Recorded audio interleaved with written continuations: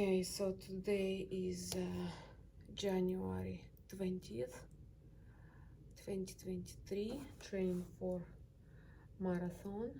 Today I'm gonna do a long run again, and I'm aiming again like last week for half a marathon, 13.1 mile. So I did it last week in that time, so let's see what I do this time. And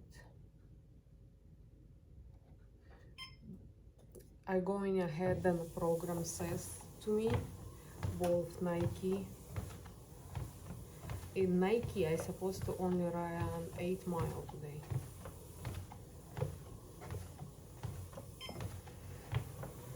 But I wanna keep, okay, 2:30 afternoon. So 5 o'clock, I'll be done. I'm Max Robinson, your iFit trainer, and that excitement behind me is the I have start line lots for of the water Kilimanjaro with me, Half Marathon. lots. The Two like intensity, that. The security holding folks back. That's what's going on in your stomach And before once a more. race. The butterflies that you're feeling when you're standing on race day. We're about to jump in there. Let's get ready to race. Let's get ready to race. And we're off. We're gonna let some of the faster footage Last stream out week, behind us, and then we're gonna get in the race. there is a lot of incline. I'm gonna run flat, just flat I'm gonna run today, that's for sure. The Kilimanjaro Half Marathon. And I will adjust my speed. We're starting with 4.8 speed.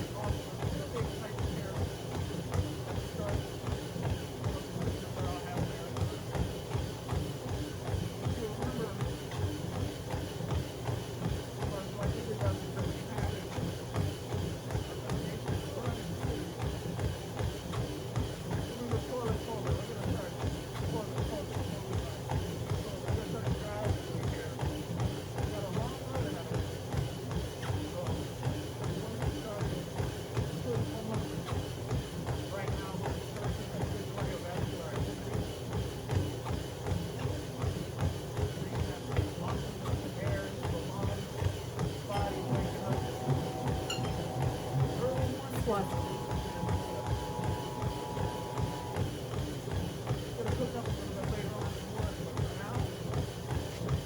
Right under 70 degrees above we start to the Kilimanjaro half. 13.1 miles on the docket for today. That's going to be our workout. No need to rush and jump right into it, and I like to start with about a half bottle of water in my hand. Sometimes your nerves can hit you when you're starting a race, so I like to do a couple subtle things that are going to keep my excitement in check. I like to start with a bottle of water in my hand if I'm doing a longer race like a marathon, because the awkwardness of it kind of keeps me preoccupied with something that's right here in my hand instead of bumping into folks or taking the pace out too quick. So obviously it's also great for just keeping me hydrated. And then I can just sip water from time to time. So I'm channeling my nervous energy into a prompt for hydration. I'm getting good hydration early in the race. Hydrating on race day is like voting on election day. You want to do it early and often. Hydrating, I like to have this bottle of water I'm just sipping. Now, this is an incredibly well-produced race. There's going to be water stations all along the course. There's electrolytic energy drinks along the course. We're going to take those later, but because this is going to be some of the most intense running, the intensity of the start, the crowding that goes on at a big race like this, I don't want to really stress or find myself preoccupied with navigating a huge crowd and then trying to find a water station. So BYOB. I brought my own bottle for the start of the race. I'll sip it for another mile or so, and then I'll get ready. Get locked in.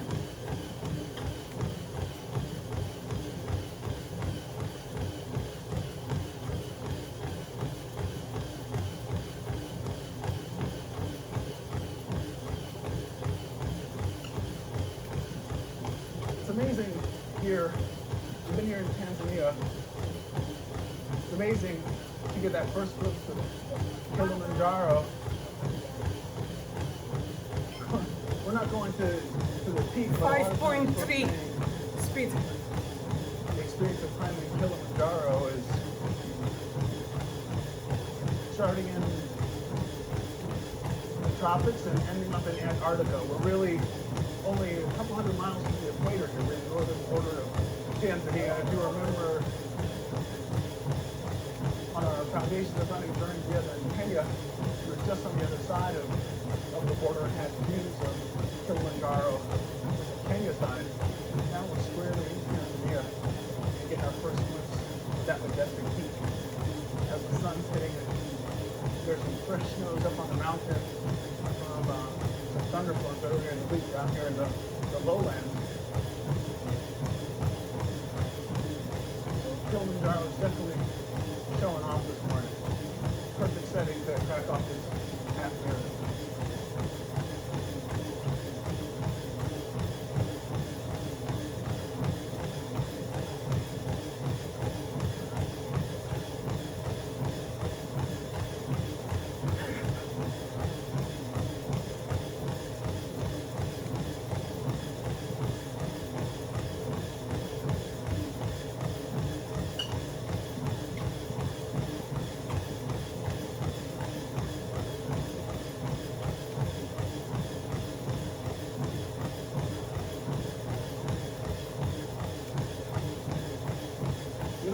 Start panicking at all that we're in the race. Couldn't have talked to the most simple effects of just want to have a positive, stress-free experience. But a lot of times that means finding your own space, taking your own space. There's going to be a lot of folks in a race who maybe have overestimated their abilities and they've gone out too fast. We're passing people who are walking, folks who are already in labor breathing.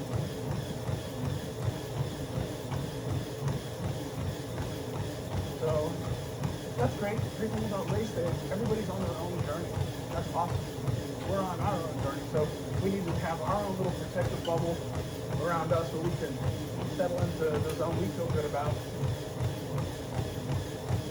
Something that's sustainable. You don't want to get caught up trying to keep up with runners who might be a little faster.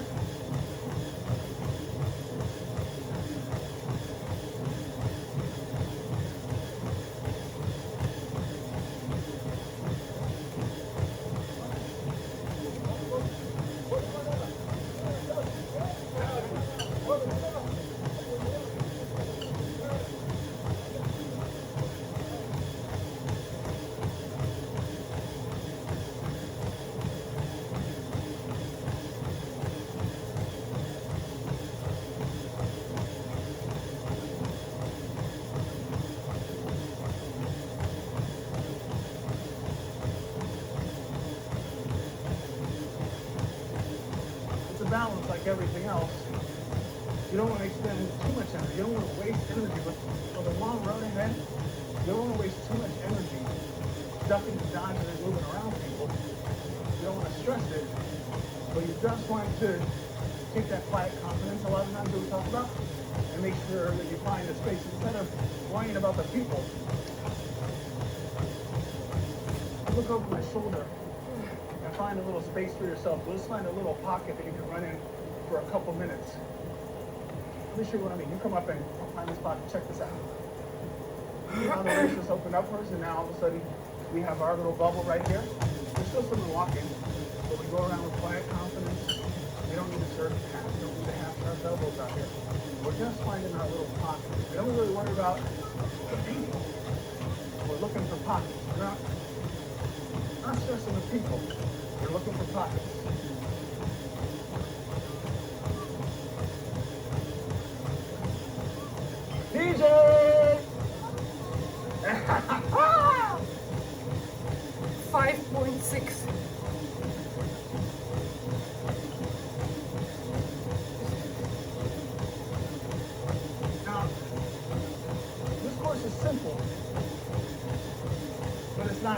know that sounds like the little foundation of running workouts that we've done.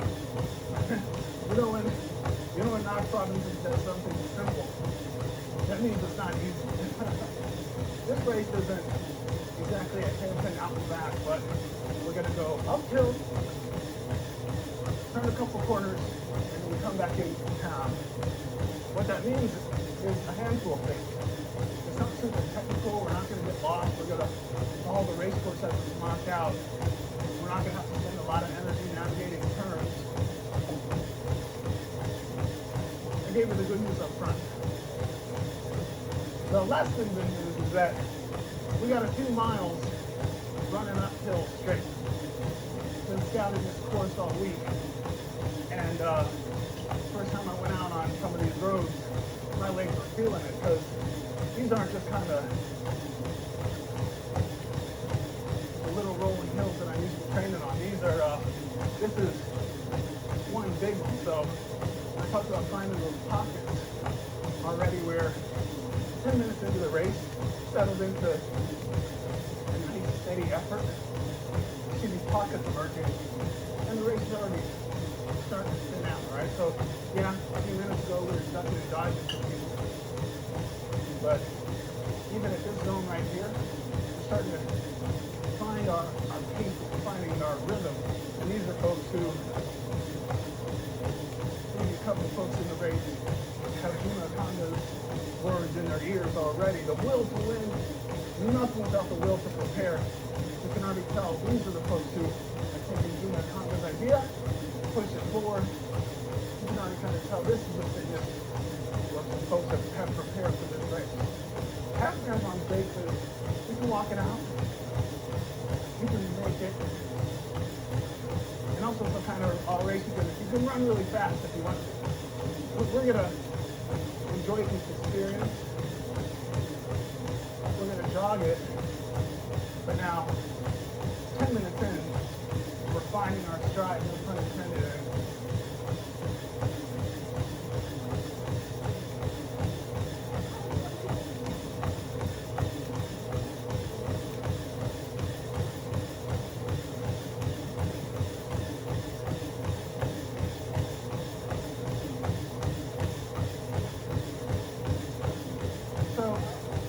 Of a longer race today than our normal workout together. We're going to break it up, but so we had a little bit of a longer warm-up. That's, say, 10 minutes of gradual, good RPE jogging. The body's waking up.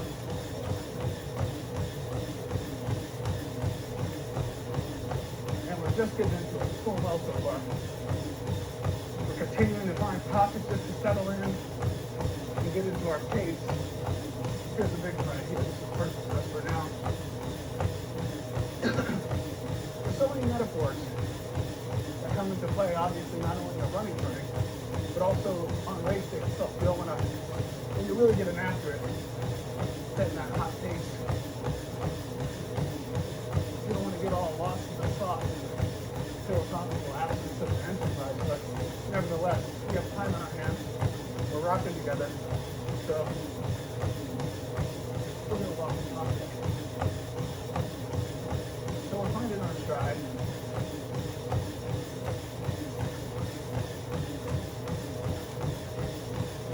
And just like in life, once the race opens up a little bit, if you're aware, alert, nice and relaxed, you start to find your people. You kind of recognize the rhythm of those folks who are around you. You start seeing the same kind of competitors over the minutes unfold. There's a couple wins out here that I have been looking at out of my peripheral vision.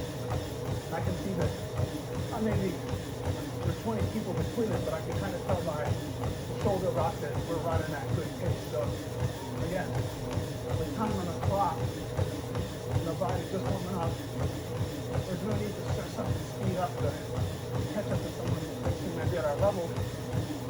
When it comes to the marathon, when it comes to the half marathon, you can really observe, stay alert, stay mindful, and let the race unfold around you. When I had a breakthrough race in Berlin in the marathon several years ago, it was the strangest experience of running faster than I ever had before.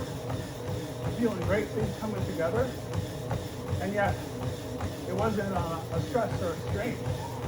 And if anything, I was watching the whole race unfold around me and in front of me like watching a movie. 13 and a half minutes in, I'm done with my water.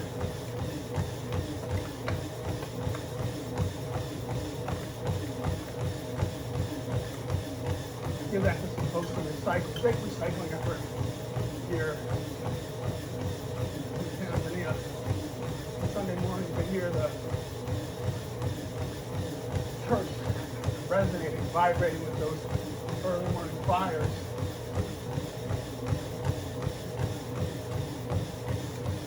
We're grounding ourselves in a sensitive place. When I talk about finding those pockets now, no stress, we didn't have anything to worry about, we didn't have to battle or fight for position, maybe the way some of those elite runners did at the starting line. But right here, we have our little zone where we can focus on doing our best work, but we don't really have to worry about getting lost in the sauce of someone else's race. My mom, when I was on the sidelines there growing up in high school, just starting out, my mom would say, run your own race.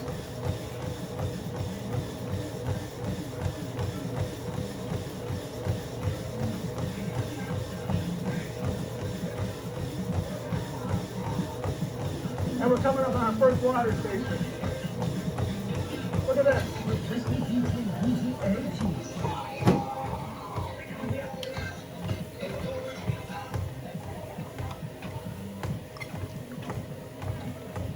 You gotta run the numbers. You gotta think there's a maximum amount of people at the early water stations because the race is at its most concentrated. We didn't need to move over to the other side of the road because we started with our own bottle. Remember, we 5.6. we brought our own water. And so now when the crowds go to the other side, clutching and grabbing for that hydration, we don't need it. We're on the other side of the road. Again, moving along at our own pace, running our own race. When I was growing up as a kid, I always wanted, you always want more from yourself, so I always wanted maybe different kind of encouragement. My mom was always giving me stuff that resonated later in my midlife. My mom never said, go out and be number one. Go out and win hard and do that. That's what you think you need to get excited when you're a teenager, but actually, my mom would just say, run your own race. And that's what we're doing today. And also, as I continue with the practice of running over the course of my life, later in life, those ideas resonate. You're running my own race. I ran my fastest marathon. I ran my fastest half marathons. Well, I simply went out and ran my own race. And of course, I was prepared. I had trained immaculately. I had trained for months. I was focused. I had a mindfulness practice in place and had me ready to unlock performance on the day. But on the day, I had the quiet confidence to run my own race, and that's the experience that we're having today.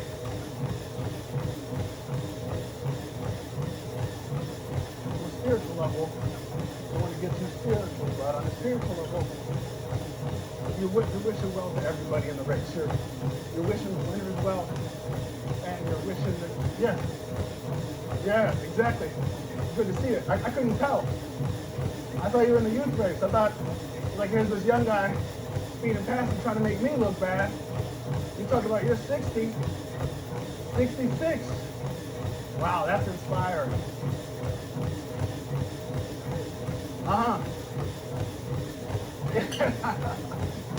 The veteran. Got that quiet confidence. I love it. Now I'm talking about wishing I was going well in this race. God, hit 66. He's like, let's go.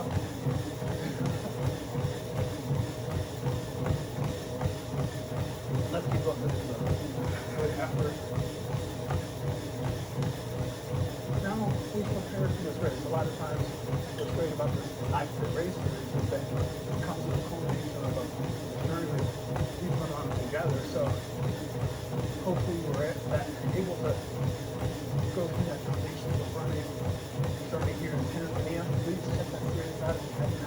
the opportunity to uncover speed endurance and recognize that speed and endurance aren't mutually exclusive and they're not in competition with one another, but they really come together in training ground to prepare us for races like this. So speed endurance in play. We had a great foundations of running journey in Kenya where we unlocked the speed and recognizing that speed isn't something that you go out to the corner store to pick up or order online. But speed is something that you already have inside. You need to put the pieces together to unlock it. So foundations of running journey in Kenya unlock that speed. And then we picked up this foundations of running concepts in the incredible, unforgettable country of South Africa. So many great locations, lessons learned, but we're really just laying the groundwork for how we're going to train together in all these incredible locations. So these foundation journeys are now coming into play here at the Kilimanjaro Half Marathon as we stride out of the mountain town of Moshi. In full stride with views of Mount Kilimanjaro emerging in the early morning light ahead of us. It's really take the words right out of your mouth. We got a little bit of an incline going as we approach the mountain. So 5.5. incline will also take the words right out of your mouth. But we're moving along with that flying confidence. It's going well. This is a good pace. We've done the preparations. We have a great vibe going, as we train on the cycle path as well. We already know we're going to have a great experience today. So what else are we going to do with it?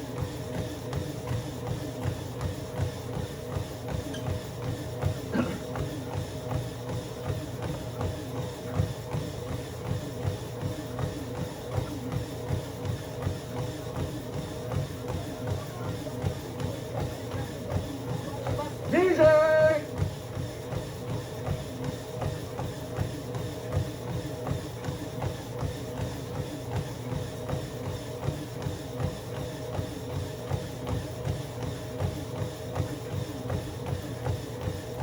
You're doing a great job right now. Let's keep this going with 20 minutes on the clock.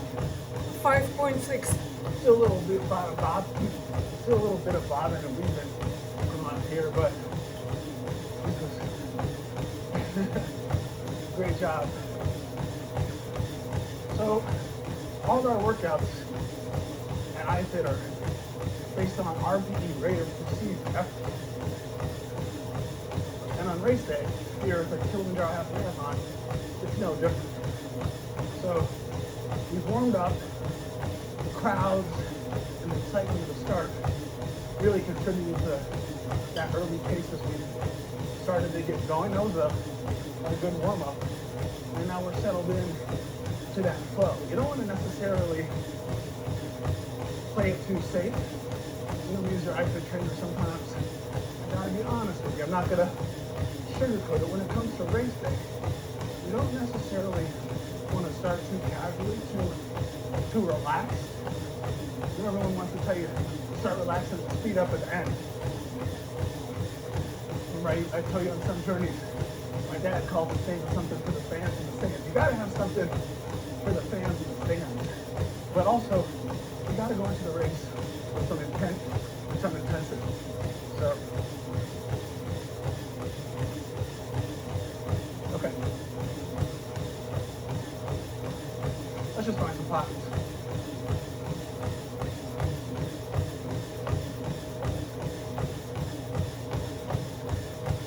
Stay dry, we're going under the water. They have these misters along the course, dripping water on folks to keep the body cool. It's not hot out here just yet, so it's a little extraneous, but it is refreshing. Okay!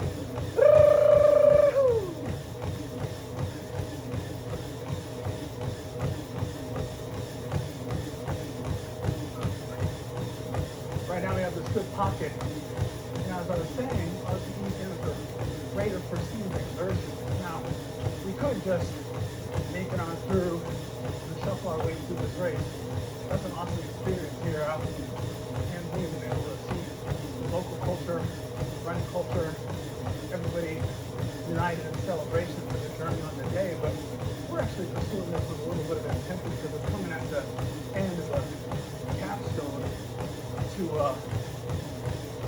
Foundations of Running journey in Tanzania. So for today, we're actually flowing along at our RPE 6 run. It's going so well when we've had some of those journeys peak, our Foundations of Running journey in Kenya, Foundations of Running journey here in Tanzania.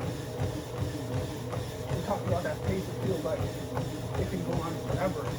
That RPE 6 zone, that's what we're in right now. So as you can kind of see, we're already going through, really in that good zone. ROR, best practices are in place. The shoulders are square back, arms are swinging in a rhythmic fashion to the side of our body. Elbows crooked at 90 degrees. We've got that good knee lift, just giving that crucial mid-foot strike. It's really essential to doing it here because staying relaxed, moving on the road with that quiet confidence. So because as I told you before, this race starts off uphill. And when I say uphill, it's a pretty real hill. We're already 25 minutes in to the beginning of the race, and the hill is not let up at all. We started off on a little bit of a flat, but in the first few strides of this race, we already found ourselves on this incline, and it hasn't stopped yet. So if you're on the machine and you're feeling it, don't be mad at me. Just send a little email to the race director requesting a course change for next year. Okay, DJ. Yeah.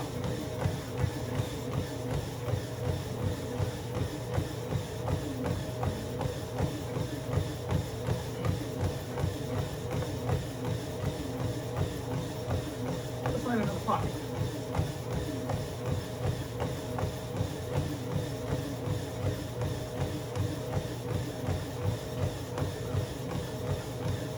Okay, everyone's got their own personal style. You can see me and this guy, we shop at the same store. We both got our Tanzania bandana. We're fashion guys. We shop at the same boutiques here in Tanzania. We're not like these other guys. Everyone out here got their little sweat headbands. Everybody got a little hat on. But me and my man right here, we're celebrating this incredible nation of Tanzania, aka TZ, with the national colors on the bandanas. You can see the flag there is resplendent on all the official race shirts that everyone's wearing. Awesome. But a couple guys out here in the race taking the flag and rocking it with a little extra flair for racing. So here we're settling in, cruising around at that RPE 6, moving along. And when I said focus on pockets, not people, you can see more and more what happened. There's one right up there. So if you put in a little effort, why don't you go and find that pocket up there? I'm going to follow ahead right there. Don't change too much. You don't have to sprint all ahead. But they're off to our right, 1 o'clock. Why don't you put in a little stride, pick it up just a little bit, take this over there so you don't get blocked in. Yep, I'm right with you. You don't need to sprint all ahead too wild, but here we are. And we found another pocket. Good job. Teamwork.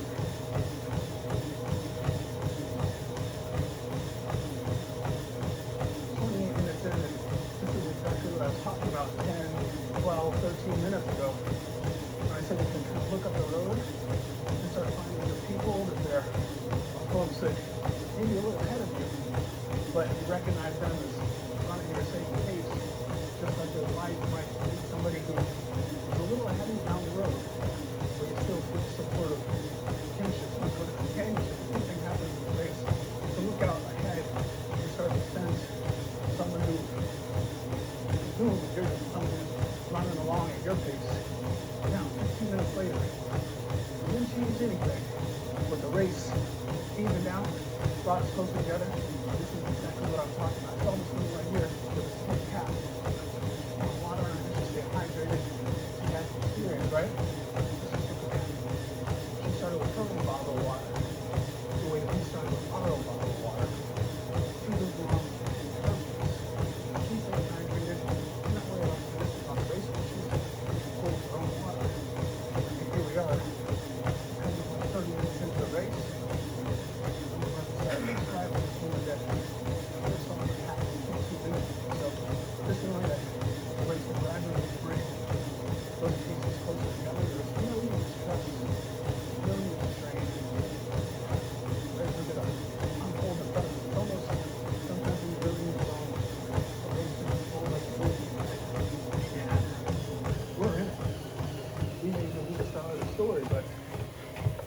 experience of that race is watching it happen like this. It's awesome. She's got earphones in. She's listening to her power playlist. No wonder it was on it. But it's great because now I can kind of narrate the experience of running at this woman's pace or running our pace together. She's not going to be distracted because she's running her own race. So we're just going to call her Pink Cap. I saw the pink cap in the distance 15 minutes ago. And now we're 30 minutes into Kilimanjaro Half Marathon. Flat. Funny. I slow down. I don't know. Fight. And just like I was cruising around, found another pocket. And what we're seeing is the Par 56 zone has really got us going. We left a little bit of that city energy behind there in Moshi where the race started. All the intensity in the starting line area. And now the loudest thing on the course is just the cicadas in the woods running along the roadside. And the occasional salutation of folks in the race who know each other and saluting each other on the day.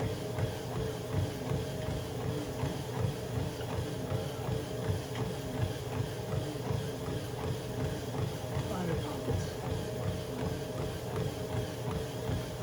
There we go. I don't want to find a pocket here and there too, just so we have a monument with Mount Kilimanjaro as it pops out between the trees. It's also cool when you get to angles like this. The cool thing about a long stretch of an uphill or a downhill is that you're able to see the whole race spill out ahead of you. It's a reminder that you're just one tear in the salty sea, you're just one drop of floats of majestic out here in the universe. You're just one runner in the Mount Kilimanjaro Half Marathon amongst thousands, and it's humbling. It's also sentimental because this is one of those rare experiences that you can have where you have all these people united in the same purpose. Maybe people have different motivations, maybe people have different strides, people have different footwear. Not everybody has a great bandana.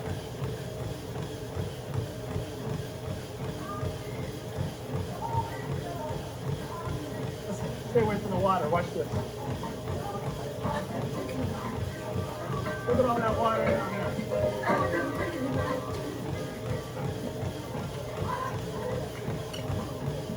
Still a little bit of a log jam.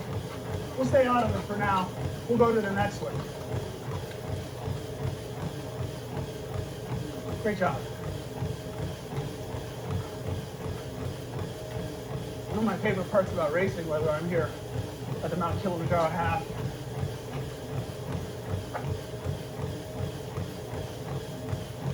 whether I'm here at the Mount Kilimanjaro Half, or I'm running a big city race in New York City or Berlin,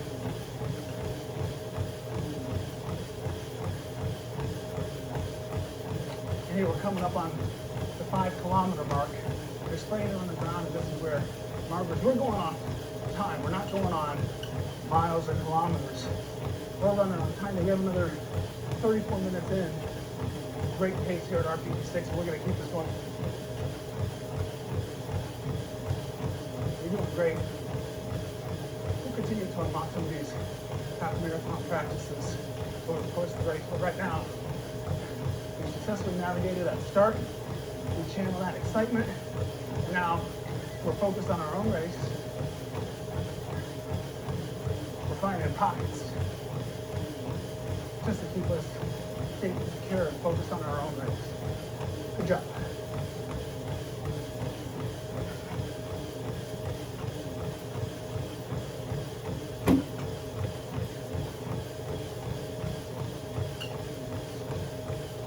The cool thing about working out with minutes rather than miles is, as you see, that's kind of how our workouts have been set up at iFit together.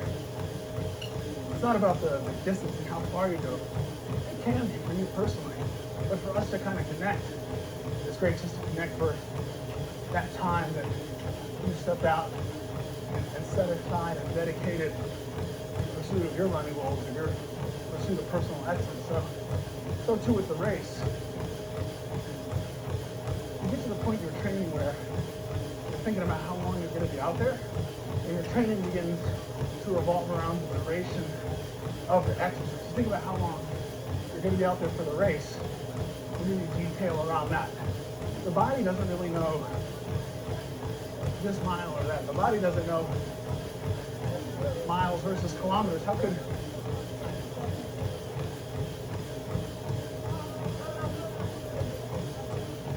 the body doesn't know the difference between miles and kilometers, right?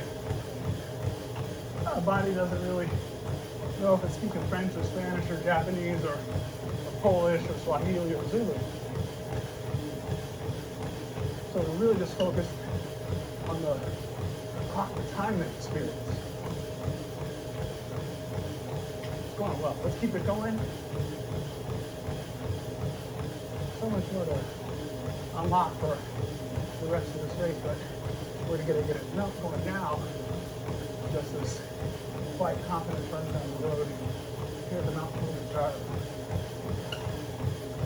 It's kind of wild when I say that we focus on minutes and not miles, especially approaching a breakthrough. I trained with a woman in Brooklyn. We were getting ready for the Berlin Marathon. Both of us had breakthrough performances on the day. Both of us in the shape of our lives. Good training partners. And the week down the in the week before the race, she switched her GPS watch over to the kilometer setting instead of the miles setting. During the week leading up to the race, she switched her phone and her day-to-day watch, her phone settings, over to the international 24-hour clock format, military time, if you would. She wanted to get off the plane in Berlin and already be in a Berlin state of mind. I'm a little bit more of a New Yorker than that, so I was staying in a New York state of mind. But it was interesting that she would switch over, and have all her digital devices already synced with what was going on in Berlin, not only in the days leading up to the race, she got off the plane, but day on race day, her notifications that clicked off were based on kilometers, so that she could calibrate that performance based on the markers on the roadside that would be there in the metric system. Doing great. Stay going along.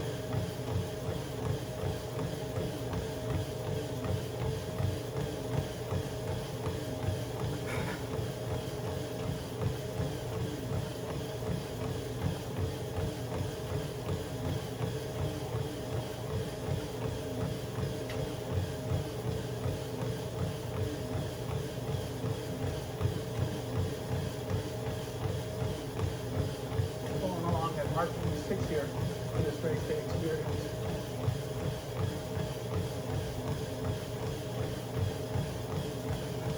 We have these moments where it's just you, me, Kilimanjaro. This race is incredible. This experience, this race day experience is unforgettable.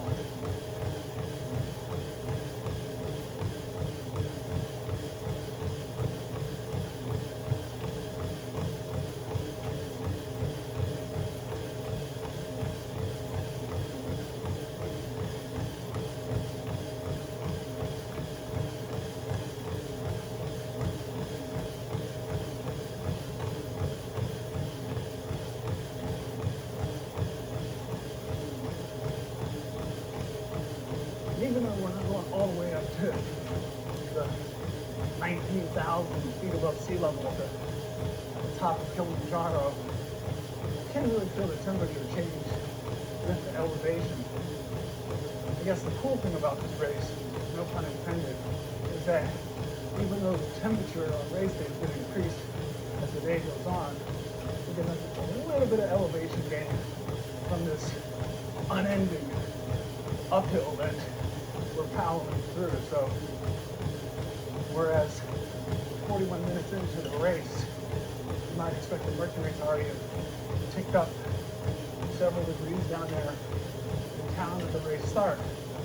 Now it's actually blessedly cool up here, a little bit higher, just 40 minutes outside of town. So there's a refreshing breeze. It feels like it's almost kind of coming right off the glacial temps at the peak of Kilimanjaro, and it's keeping us fresh.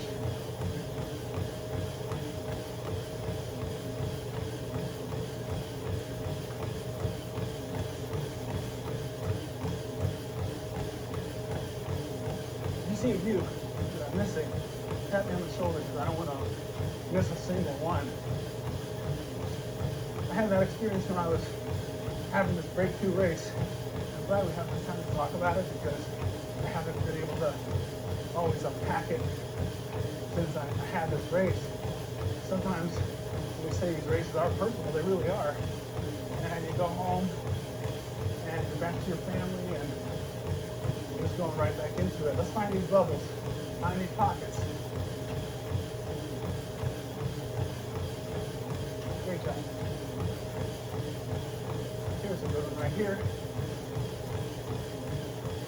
It's a little bit of like a pinball machine. This is what I mean. Let's find this one, this one, this one. Sometimes, once you're good at finding the bubbles, the pockets, you start seeing 2 or 3 of them, and we don't run too much extra, but we just wait until pockets connect and wait for an opportunity to move from one to the other without expending too much excess energy. There's a great little pocket of fuel. We're just going to move to it on our own.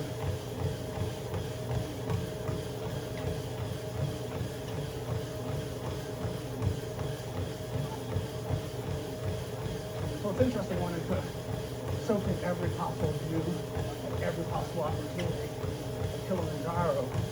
When I was having this breakthrough race in Berlin a couple years back, not only was I, again, running faster and stronger for longer, but not only was I running faster than I ever previously imagined, but I was out there doing it with ease and a quiet confidence, watching it all unroll in front of me, again, like a movie. I wish I had a better description, but maybe that's the best one. It's like watching a movie, watching a story.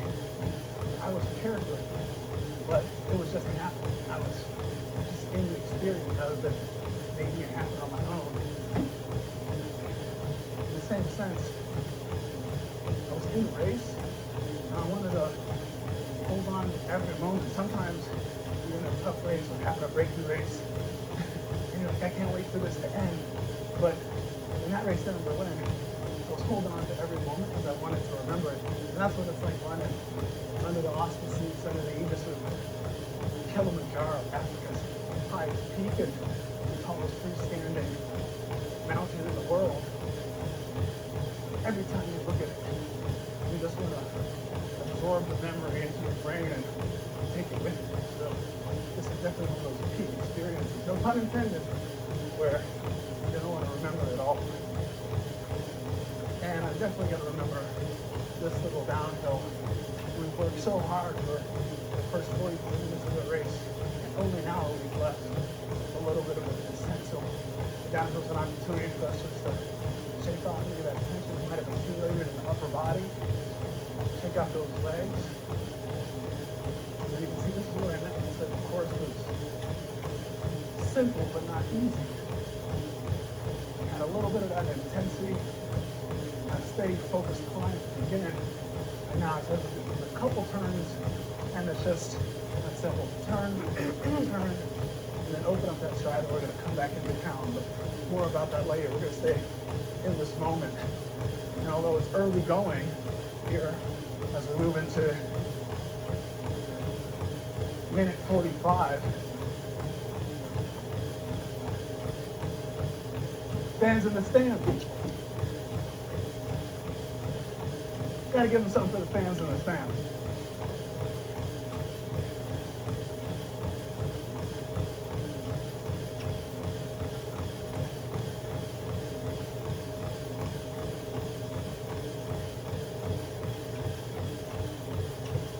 So the other great thing about racing in Africa, and I've raced all over the world, but when I first started going to races in Africa, I didn't really know about these pace groups that spend the whole race together united in a song and a chant. The most epic race of that nature is the Comrades Marathon. It's actually the oldest ultra marathon in the world.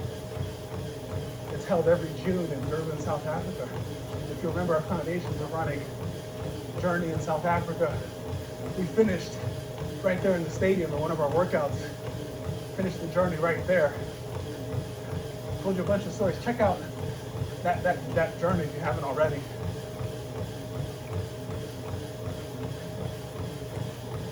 But they have these massive pace groups.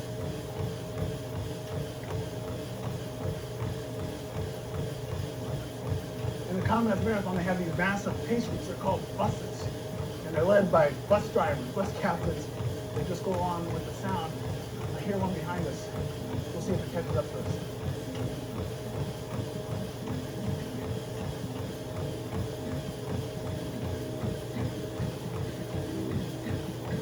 Remember, on some of our workouts, I say that you don't run with your legs. You run with, well, this sign says, when your legs are tired, run with your heart. We know we run with our arms. Here's a little medical tent. Let's get some water. Now there's choices of water stations on two sides.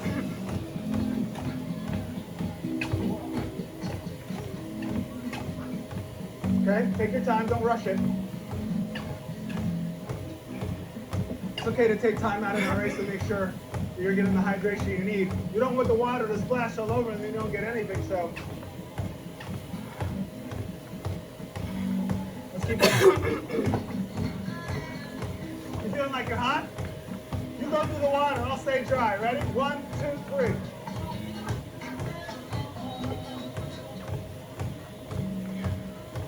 You ready? Let's keep going. It's too early for bananas, but there's banana chops there. 5 flat.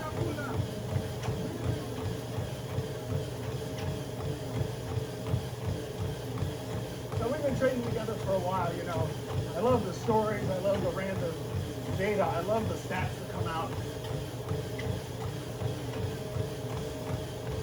I love the stats that come out after a race about how many gallons of water were consumed, how many cups were used. It's great in this era. We're starting to think about do kind of like an inventory of all of our race day practices, and race directors are like, how can we do a more sustainable race, not only on a running level, but on an environmental level? How can we have a race that doesn't generate so much waste? So it's great that a lot of races, I'm sure this one included, are also recycling at the end of the race. They're also reusing, and they're thinking for the future, how can you use materials Flat. for hydration that aren't gonna Fine. clog up in the landfill. So it's awesome. Here's a little surprising downhill bit on some dirt road. But again, we've trained on this, we've prepared, so we're just flowing down this little downhill with a little bit of self-confidence. You know, my upper body's nice and relaxed. I'm able to navigate any kind of terrain because we have confidence in that pace. I said, ain't nothing changed but the range. We can go with RPD6 over any terrain, over any topography, over any elevation, because we put in the work to really understand and have that awareness on the body level. So it was able to navigate this awesome course here at Kilimanjaro Half without any stress or strain. Suddenly turn on the dirt road, the surface is a little touch and go. But I like this kind of experience in a race too. Need a banana. lets me. I like this kind of experience too because this kind of thing is going to keep you awake. You don't want to get so lulled into the rhythm of the running that your brain goes to sleep. Another story. I gotta be honest with you. I wasn't always like this. A lot of times, even though I've been on a running journey for most of my life, watching my dad run as a kid and then picking it up as a youth for myself. Took a little break in my 20s for a little necessary walk in the wilderness, a little bad behavior, but came back to the practice after that. I wasn't always like this. I was like a lot of regular runners, chipping away at workouts or what I thought were workouts, finding workout plans and just throwing myself into them without thinking about what they meant for me and how to personalize it for the running I was doing. I wasn't really doing the adequate preparations for the goals that I had. And, that's fine. A lot of folks' experiences are like this, but a couple things came together that unlocked a lifetime of running for me and helped me start putting together the pieces that landed me here as a trainer on iFit. So,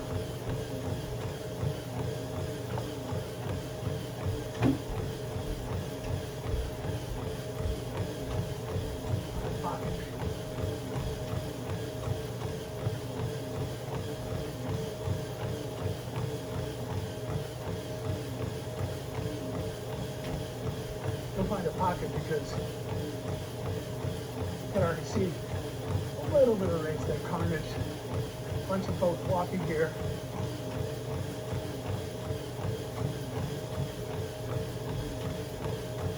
Great job.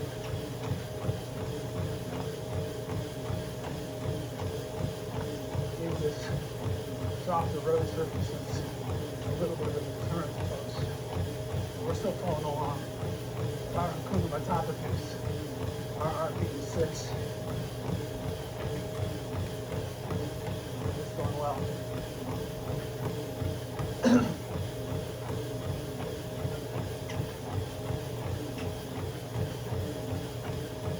So, I was going about it like everyone else, or like most other folks, throwing myself around, thinking I was doing a long run.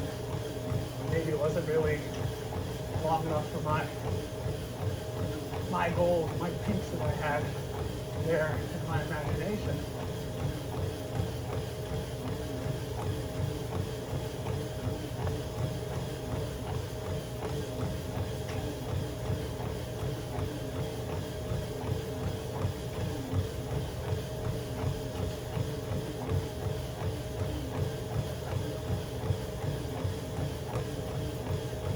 Good job. Let's keep going.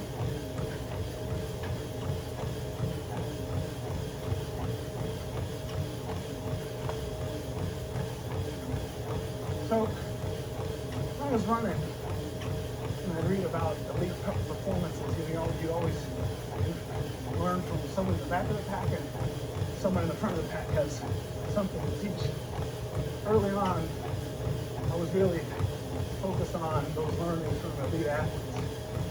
And my understanding was that in the marathon, the elite athletes were running for 26 miles, 26.2 miles, in just over 2 hours, maybe some of the fastest athletes in the world running 2 hours, 5 minutes in the marathon. The fastest athletes in the world covering half marathon distance under 1 hour. I think the world record at that time might have been 58 minutes, thereabouts. So I thought that running a distance effort was about turning your brain off until that final moment there at the end of the race where you turn on the gas, you start cooking with gas, and you bring it out for the fans in the stands, and you finish. So the marathon is 26 miles. My understanding of it as an armchair analyst, as a marauder on a message board. I thought that it was about keeping the brain off for 20 miles, and then all of a sudden whirring along in racing. I thought that maybe for the half marathon, you might run along 10 miles and then race the final 5 kilometers in race mode in your brain. And then I read a study, and it really, this is one of the things, actually, now that I think about it, changed their life, is that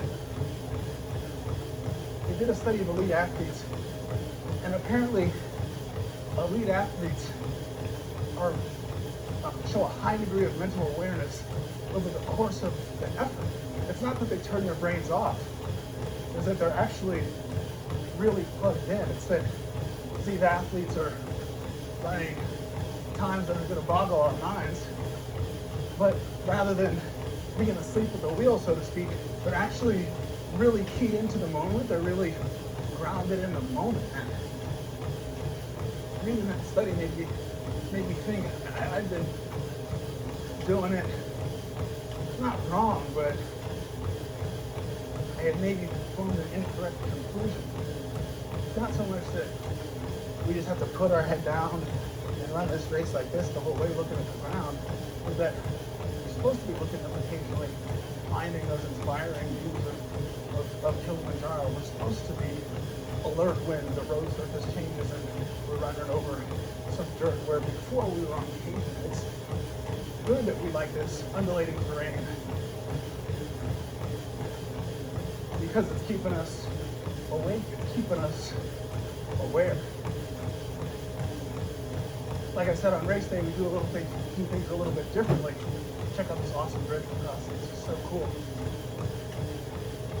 That's awareness. It's not actually, maybe it sounds like distraction or it looks like distraction, but actually being open and noting all the awesome and amazing things that are happening on race day is actually a sign that we're fully grounded in a sense of place. We're fully confident that Hakuna Matata rules are in full effect, and we have the preparations done to move with quiet confidence at our feet to sit. Let's go.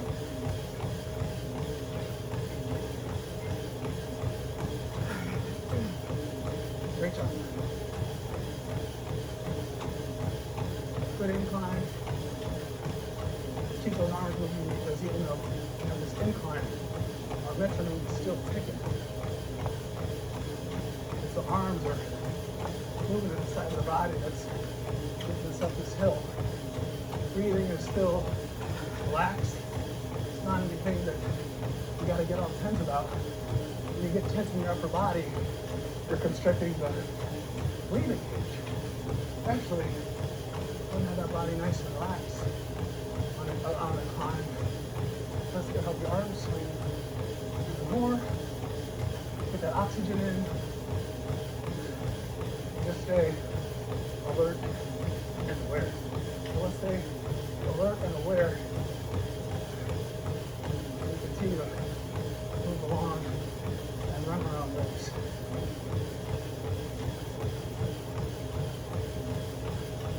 So in that long-winded anecdote,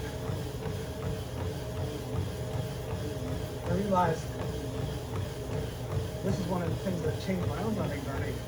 It's not that we run away from the discomfort or disassociate with comfort. It's actually that the whole craft of running, yes, it's about running harder and stronger and longer, but on a mental level, it's about getting comfortable and being uncomfortable. Full preparation. Jumla Kanga says the will to win is nothing without the will to prepare. He's not just talking about workouts.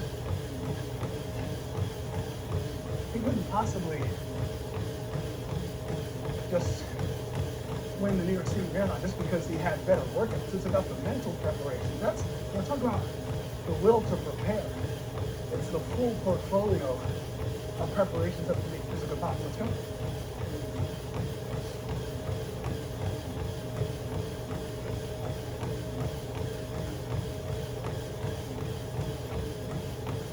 again, that's the kind of unlock that I stumbled into. That's the kind of learning that I came by more or less honestly, that I'd like to share right here on the iFit platform.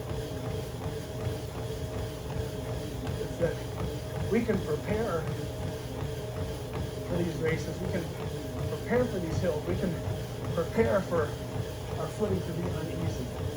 It's just like, again, life, another metaphor for life. You can get surprised by life. That's going to happen. The road's there. Yeah, the road's going to be rocky. But that's also temporary. We're back on the pavement. And there may be uphills, but just like that, we turn the corner over and a nice downhill.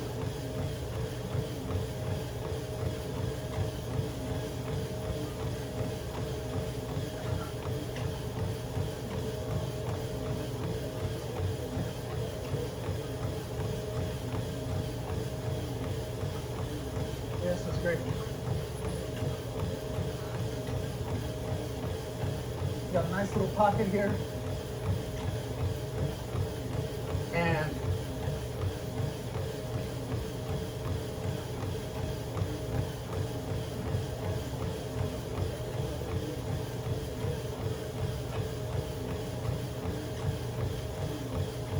And again, just on our training journeys, how we noticed, we're aware all the elements. Let's just notice how RPE6 feels now that we're back on pavement. We've got a downhill. The sun's a little higher in the sky on my side, so it's a little bit warmer out here as we head back into town for the finish. But now we just see, after the intensity of those climbs, those undulations, those highs and those lows, how does this feel? How does this RPE cruise feel for another 3 minutes?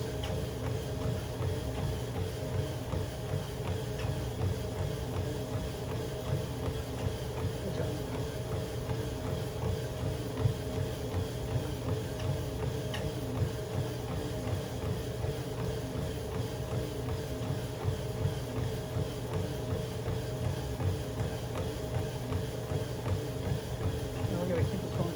RPE6 base. As you can kind of see, the brace is opened up. We're finding our pockets. But here, as we're heading back into town, plenty of running still to go, but coming up on maybe halfway. We're starting to see the same runners over and over again. It's good. And then we found our people cruising along. We're running our own race, but kind of leveled out on the pace we were looking for. And it's going well. So let's just hold right here. Don't need to change anything. You can see there's a little bit of excitement on the race course. Folks are trying for this downhill, so maybe those folks who are walking on those uphills are getting that second wind, and they're letting their momentum carry them back down.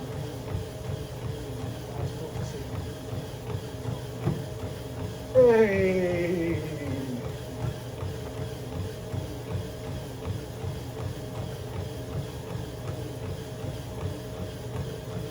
Let's keep this going.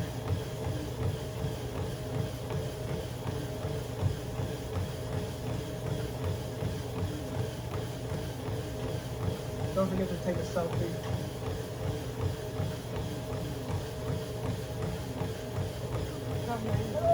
Hey, hello guys. Have a great race. Looking good. Yeah. And again, when you're running your own race, you don't necessarily want to get lost in yourself or others.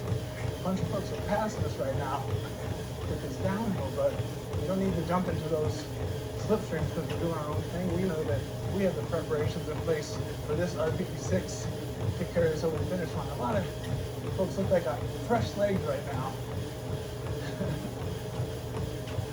But there's still a lot of running to do into this race. We're not even halfway yet, so it's definitely not time to get excited. I'm just going to keep sticking with the pace that we've already established and keep it's going well. We need to change it into the main thing and keep it right.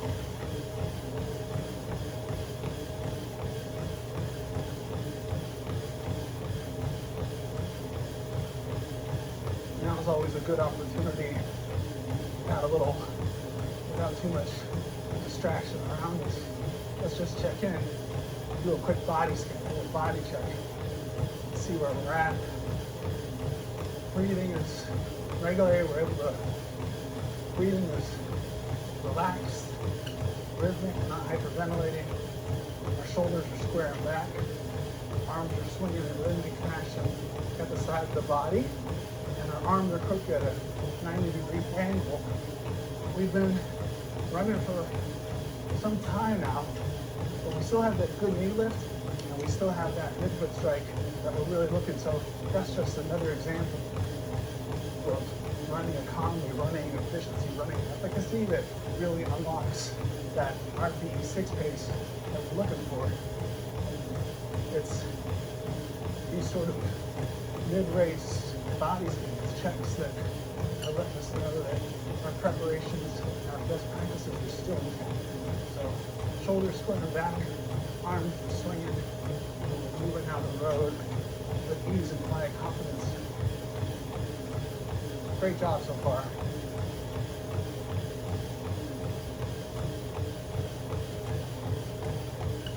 Let's keep going. This is RPE6 here, and this is the Kilimanjaro apnea in the incredible beautiful country of Tanzania.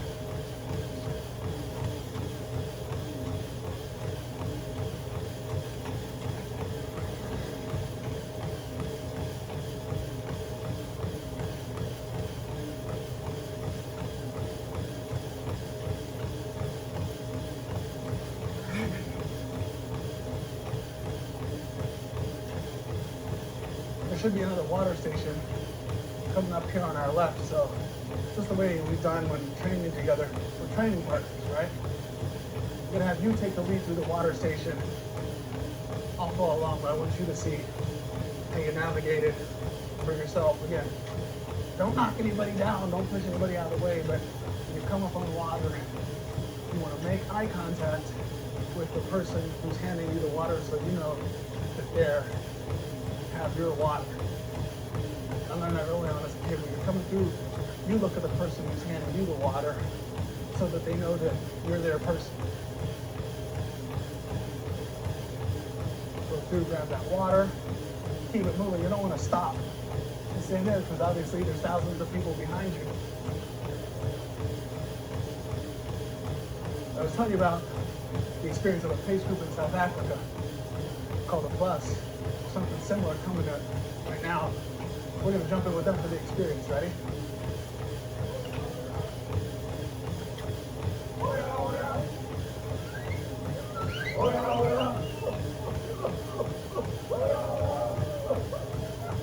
Oh yeah, oh yeah.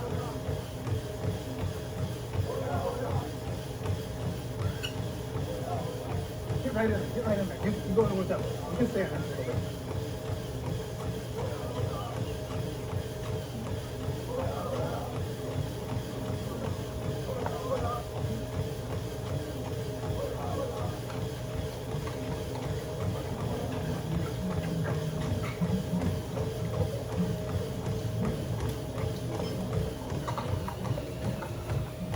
Water station.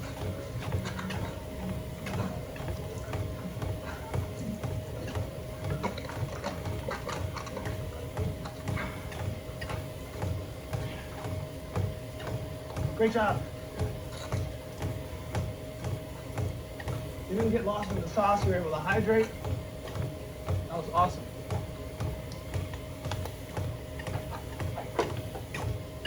The other thing that's a little tricky is sometimes after thousands of people have gone through a water station, the whole road surface is just slick. And maybe it's combined with a little bit of the road oil or the grease. So the road can be a little slippery and the shoes can be a little slippery. So when you go through that aid station, you want to scrape the feet a little bit, get some of that slick off. Yeah. Okay, Jumbo.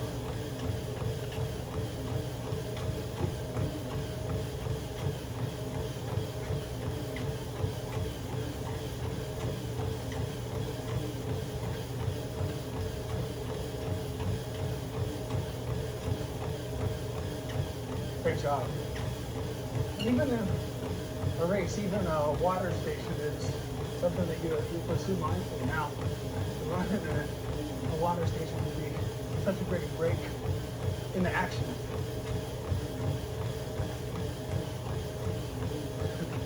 That it's cool just to feel that water circulate through the body, make its way down your throat and into your stomach. Do that relaxation of the water, making its way through the system and especially give you that little extra burst of life as we kind of continue. That's going well so far. Let's keep this going.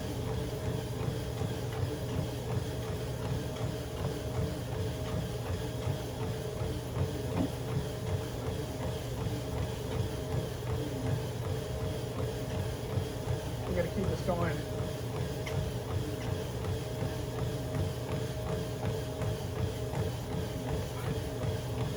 Keep this going. We're 86. This is a good little zone right now.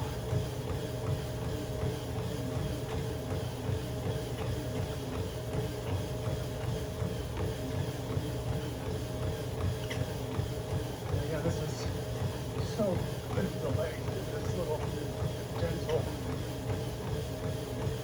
slope downhill. A real refreshing. Rough and tumble up and down. Surfing through this way back. Even that seems like a distant memory now that the roads opened up again and smoothed out. And we're able to just keep pulling along with the sound of our own footfall.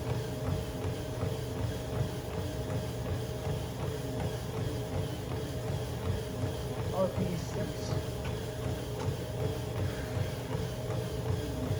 Nice and relaxed.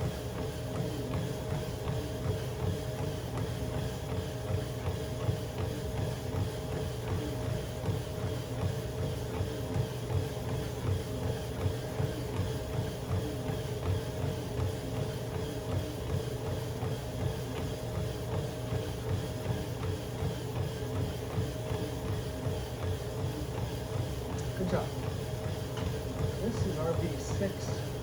This is that Hakuna Matata. This is what we're looking for.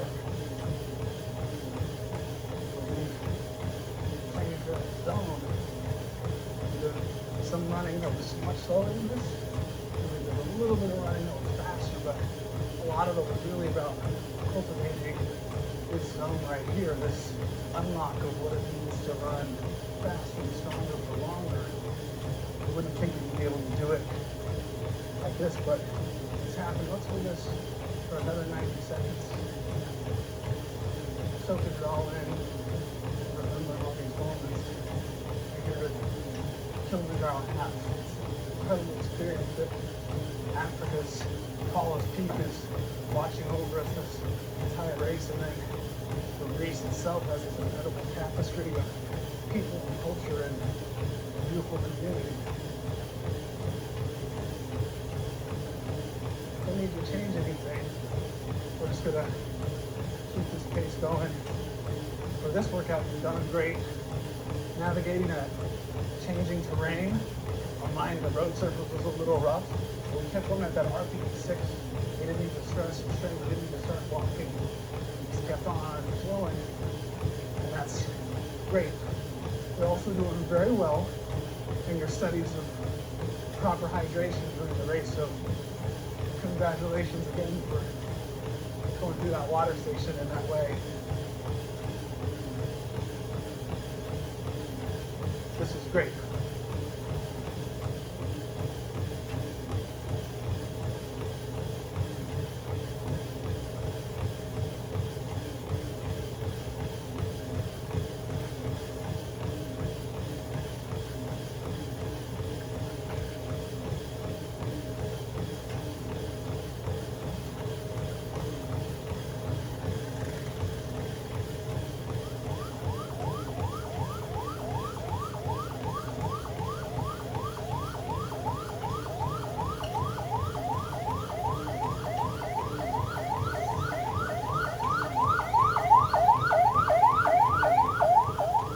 the marathon, right?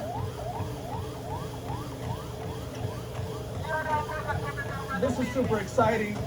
The Kilimanjaro Marathon is also running at this same time, and we're about to be passed by the leaders right over my left shoulder. Watch this. Poetry in motion. This guy's in first place. Ryan BB. Look at that stride. He's moving. And he is well and away ahead. There's a massive gap, and there's no second place in sight. This guy is rolling back into the town of Moshi. It's a little early in the marathon, and the marathon is an athletic exercise in Murphy's Law. What can go wrong will go wrong.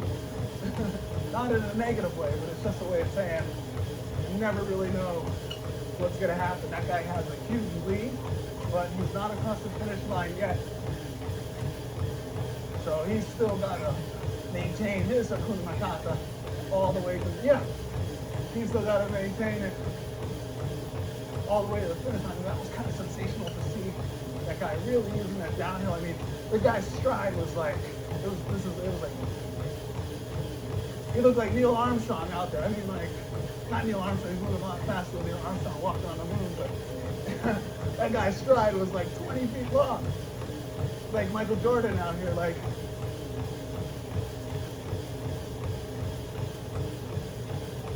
So we try to do that ourselves, so we try to have that marathon stride in 3, 2, just kidding. We're gonna keep following along at this RPE6 because it's working well for us. We don't need to change a thing. We're just moving along. But the other folks found out that this is our zone. Again, it's a great chance to do a check. Our breathing is controlled and relaxed. Our eyes are open, focused straight ahead. I know that sounds like an obvious thing, but a lot of times I see folks in this. That's number 2.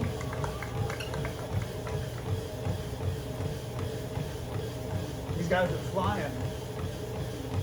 Second place is definitely not relinquishing eyes on first. He doesn't have that other guy in view, but the thing about the marathon is you never know what's going to happen. You got to keep your eyes up because you never know what's going to happen with the person ahead of you. And also the person behind you. You can ease up and you might miss that opportunity to reach out, snatch the victory cup, or you can ease up and get pipped by someone who's a little more prepared than you were on the day coming from behind. So definitely stay focused. See, I gotta say this on a technical level, I don't envy third place. Move. Getting over these speed bumps and still going. I gotta say, it's not enviable necessarily for these runners, these marathoners in the last few kilometers of this race, barreling down this hill. They've got to navigate all of us slower runners in a half marathon. So that's kind of like the worst case scenario for the guys who are running the fastest. They've got to pass thousands of people. So instead of really leading the pack of their own race, crossing the finish line, focus on one other competitor or by themselves, or some of these early and some of these late in the race leaders are, these guys are coming down the hill and got to pass thousands of folks who are running along at RPE6. So definitely shout out to the winners of the marathon. They're running well, and they're definitely don't have an easy job. And as our breathing is nice and relaxed, honestly, this is a great opportunity for a quick body check. Our eyes pointed straight ahead here. And again, a lot of times you think that sounds like, come on, of course our eyes may be pointed straight ahead. Sometimes if you look around in the race, you'll see people who are focused with their faces down to the ground. First of all, they're missing the incredible view of Kilimanjaro, but second of all, you really want to keep your eyes pointed straight ahead, because that's going to keep good head elevation, shoulders squaring back nice and relaxed. Not only because that's opening up the breathing page, but it's just giving us that upper body flexibility, that upper body swing, just keeping our arms kicking in a rhythmic fashion at the side of our body, our own personal metronome. Of course, our shoulders are squaring back, and our elbows are crooked at a 90-degree angle, keeping our hands nice and loose. Now, let's shake it all out. Let's keep the hands nice and relaxed. You know, I was like to say, you don't run with your legs, you run with your arms. So we'll let that upper body nice and relaxed. Got breathing cages open. We're bringing in that rich Kilimanjaro air that's bringing that oxygen circulating through our body. It's such a revitalizing, galvanizing force. And then we're getting that good knee lift and that midfoot stretch. All of it's coming together. All the best practices in play that's keeping us rolling down this road with a quiet confidence as we're moving along at RPE 6. So remember that RPE 6, RPE stands for rate of perceived effort. But the thing about that is, the amazing thing is it's personal. So your RPE 6 is different from my RPE 6. It's different from the winner of the race is RPE 6. But we're all in this race together, and it's awesome that we're just kind of flowing along. What does it mean to you? You get to a certain point in the journey on our foundation, the running journey together, we got to that point where we just have to say, what does RPE really mean to you? What does it really mean at all? And what it is it's a feeling. It's there inside that once you've done the work to support it, once you've gone on a foundations and running journey together, let's say, and you're running faster and stronger for longer, more than a number, more than a phrase, more than an acronym, it's a feeling. And like I said, as the race kind of opens up, here we are, well into it. Well, look who's back.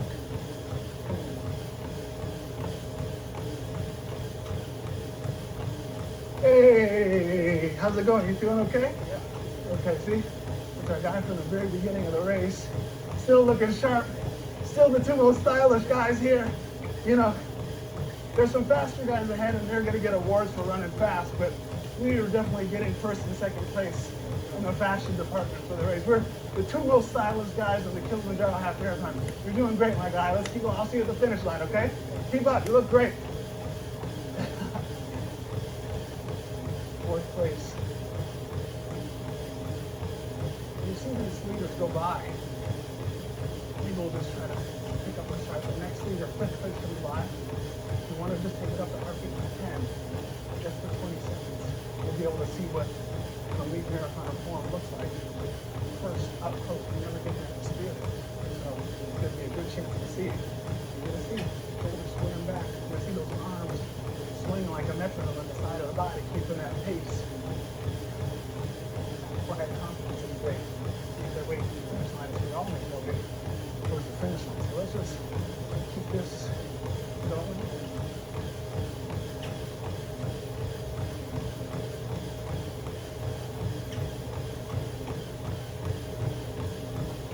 No need to change a thing.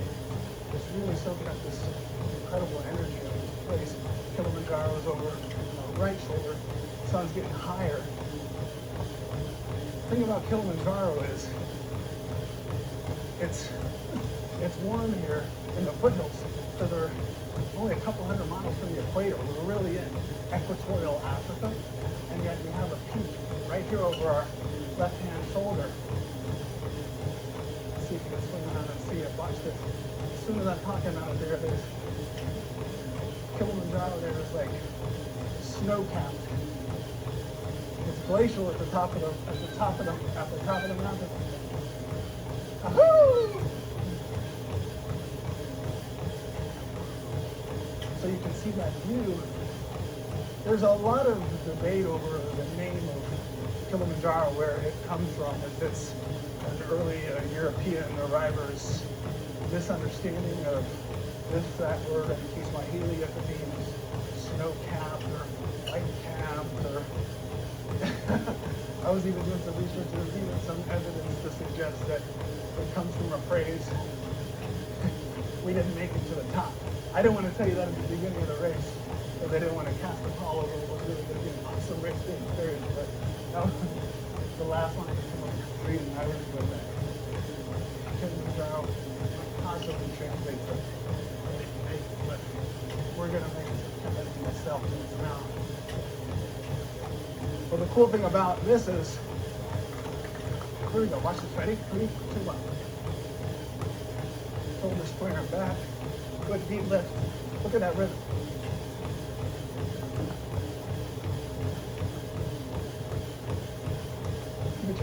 Bring it back down in 3, 2, 1.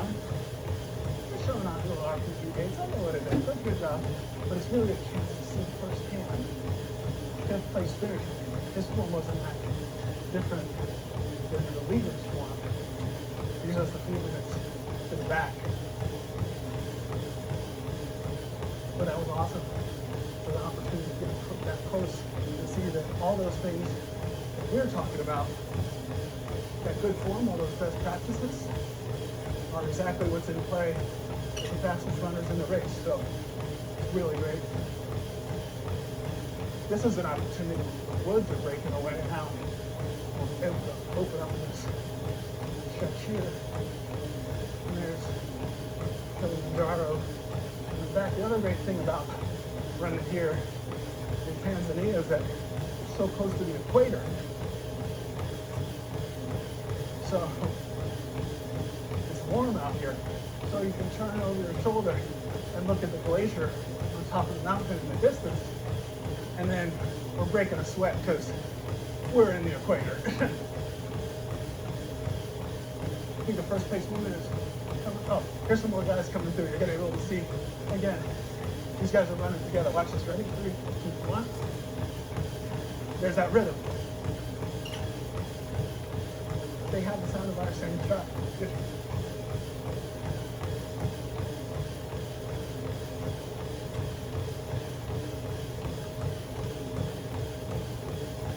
And it's pretty steep downhill right now, so those leaders are really using this downhill, but it's not necessarily a walk in the park at this stage in the race for us here in the half. For those guys barreling down this steep hill in the marathon, there's a real pounding on the body. Their frames are slight, perhaps well trained and equipped to run with the challenges presented by a 26-mile foot race up and down these hills. But nevertheless, it's a pounding on the body. And so those two guys were locked in a mano-a-mano competition here in the final stages of their 26-mile race.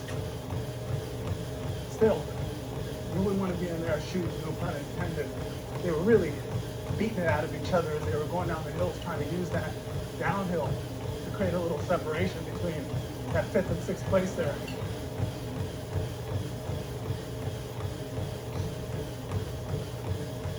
I'm having a good time. I gotta let you know when we talk about Junior Kanga's idea that the will to win is nothing without the will to prepare. I've also been training on this course a couple times this week, so I know the turns, I know the uphills and the downhills. I know this is a long incline here, so let's settle in, make sure we're nice and relaxed. Let's shake out any tension that might have accumulated in the upper body, shake out those hands, and make our way up this hill. Be prepared for this with the ups and downs. So there's a lot of folks I need to bring it all the way down to an RPG 0 and RPG 1. We're still able to flow up at an RPG 6. Maybe lean into the incline a little bit, but we're maintaining that rhythm with our upper body. We don't run with our legs, we run with our arms, guys. So we're running with our arms. When you get tired, there's a motivational sign back there that says, when you're tired, when your legs are tired, run with your heart. You know what I'm going to say. When your legs are tired, run with your arms. Pump your arms, we're almost to the top of this incline. Let's keep this going for another 10 seconds. Come on. 10. Come on. This is how you do it. 9, 8, 7, 6. Lean in. 5, 4, 3, 2, 1. Keep that body upright. And as you keep that body upright, you can feel that oxygen come back into those lungs. You see, we didn't even have to change our rhythm. We stuck with the same rhythm. We had that confidence. And all of a sudden, there it is. We were able to maintain our pace, maintain our flow, that RPG 6 flow. Yeah. Up that mountain. Didn't have to change a thing. We're doing well so far. Let's keep this going.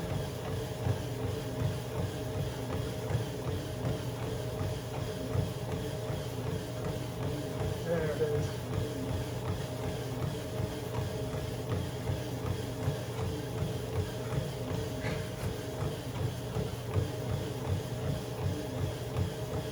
So even in our zone right here, what we're doing, you're able to kind of see how our preparations are in play. You'll see how our preparations are in play right here. Stay moving steady. Rambo. Yeah.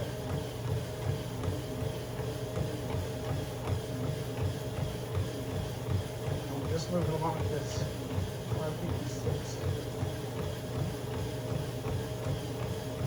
You can kind of see if you started from the very beginning of this run.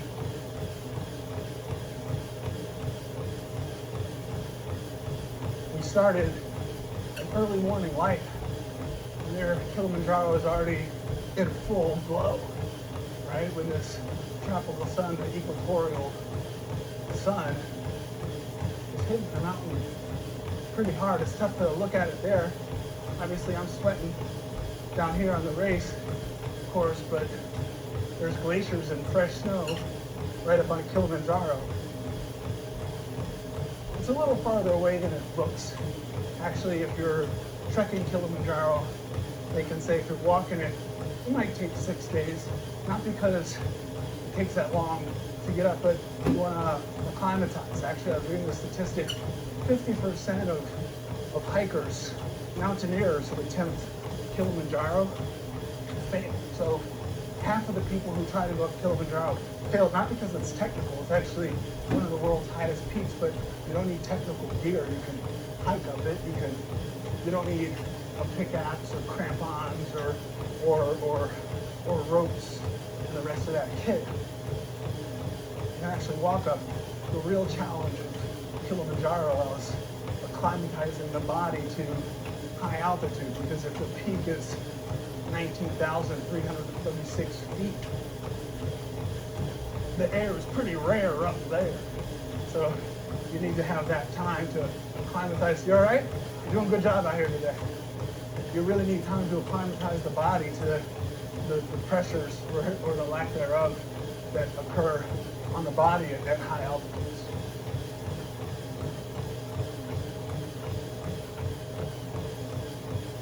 So Kilimanjaro, they suggest if you're trekking, if you're making that trek, it might take 6 days at an even more leisurely place. You can take 10 days to climb Kilimanjaro.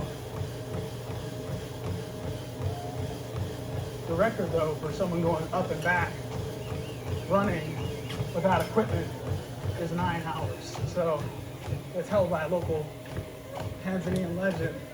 Everything, Chris? All right, guys out here supporting. Yeah. Yeah, guys. Okay. Asante, karibu. Let's go, guys. I love it. Yeah. Yeah, unforgettable. Exactly.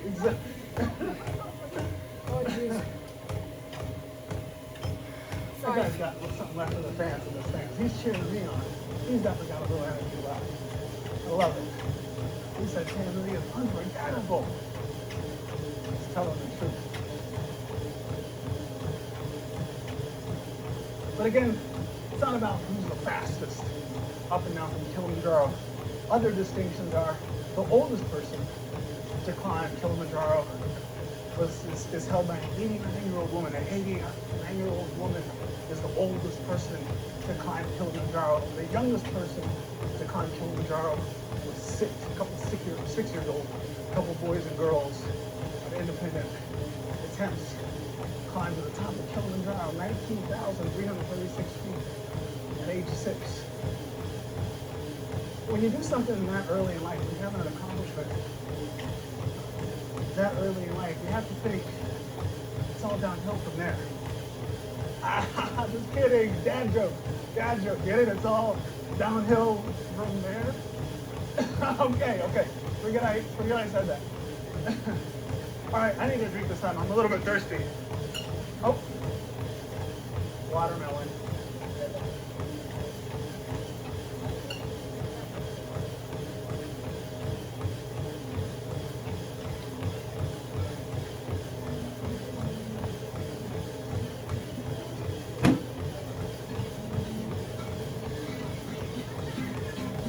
I never do this, but they have some soda over there. I need a little caffeinated pick-me-up.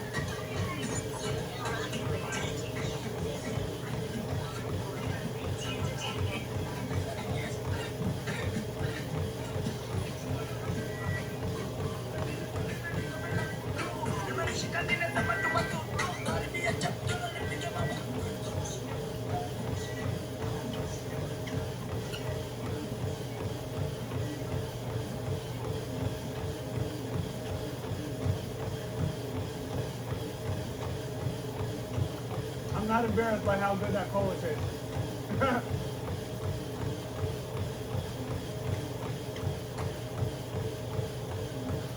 If you're seeing all these cups littering the road and all this littering, immediately upon conclusion of the race, as the last runners making their way to the finish line, hordes of volunteers will come out here with rakes, and this will be cleaned up within 15 minutes. All these water stations will be back to their immaculate rural setting where these folks live, so don't worry about the trash left on the course.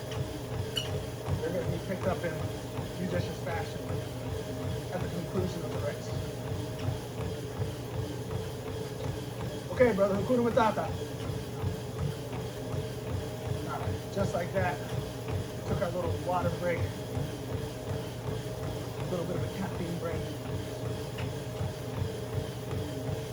Sometimes in ultra marathons, the elites go for the cola. I mean, when you're talking about some of these epic races that might be 60, 100 kilometers or 100 miles, when you get later in the race and you've been running for hours, you need that caffeine, you need that sugar hit just to keep the body revved up and going. Obviously, at races of that distance, at races of that duration, you have to have a whole different fueling strategy. You definitely need to have regular intakes of carbohydrates, sugars, and all that kind of stuff to keep going.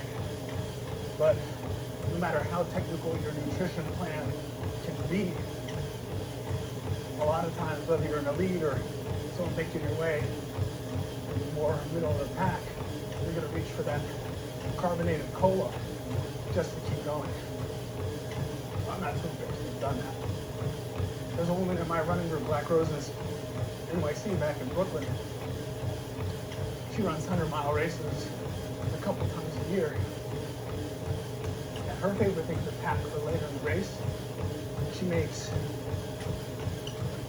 mayonnaise and potato chip sandwiches on white bread. Like, so she'll come into mile 70, mile 80, and what her body wants at that point is mayonnaise, potato chips on 2 pieces of white bread. You don't really know what the body's going to want later in life. I mean, you don't really want to know what the body's going to want later on in the race, in the ultra distance. So luckily we don't have that challenge. We're out here moving along with the Kilimanjaro half marathon. It's 13.1 miles. We're breaking it up in terms of minutes on the clock. So far, the laps we're moving for 1 hour and 40 minutes all told.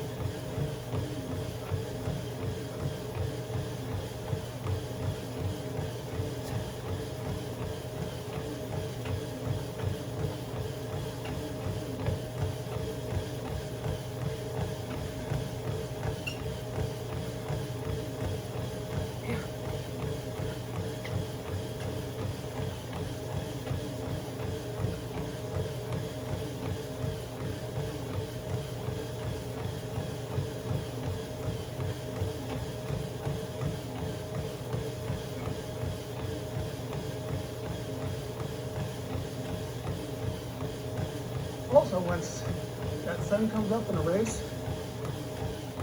you can really feel, especially in a longer race, a marathon, you can feel that sun really beat down on you that way. So a lot of times when I seek out that shade, because even just a few minutes of running in the shadows is going to be a little bit of a refreshment. So now I'm kind of turning over to the left side of the roadway.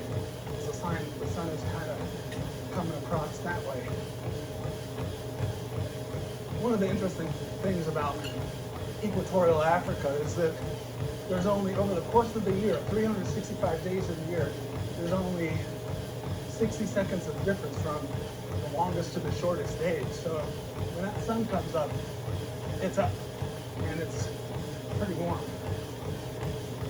So I'm definitely always on the lookout, staying aware. We're looking for those little opportunities to run in the shade for a little bit of revitalization.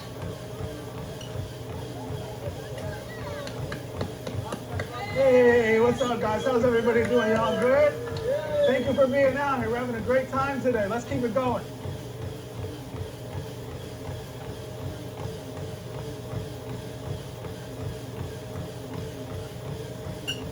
We're just moving on. There.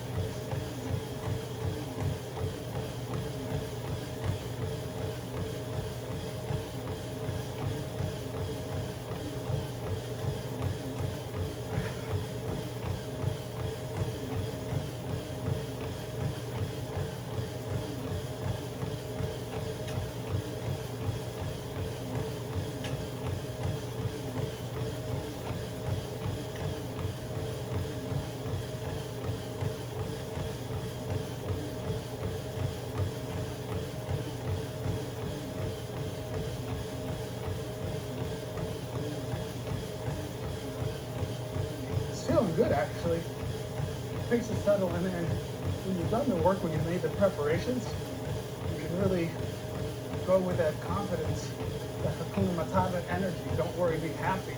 No stress, no strain, no cause for concern or consternation, because we've done the work, we have that confidence that we're able to keep on going and flowing at this pace. So we're able to keep clocking off these minutes, even though the time continuing, I told you that it got cooler around the halfway point for the race.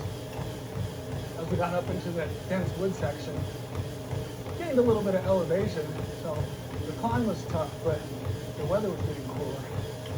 Now, as this gradual downhill levels out, we're running on a flat. We're coming back into town, getting closer to the finish, and that weather is getting a little bit warmer as that equatorial sun rises high in the sky. In Swahili, it's referred to as Jua Kali. So sometimes when that African sun is beating down pretty hot, folks will just kind of wipe their brow and say, Jua Kali. And that's what we're dealing with right now. That warm sun is heating up its course. When we were there, in that dawn light of the starting line, the temperature was 67 degrees, 68 degrees.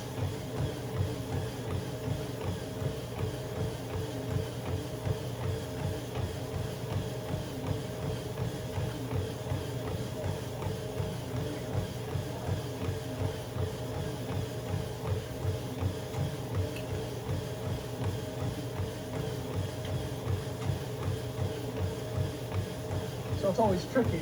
I say sometimes what can go wrong will go wrong. I don't mean that in a negative sense, but the will to prepare includes thinking about everything.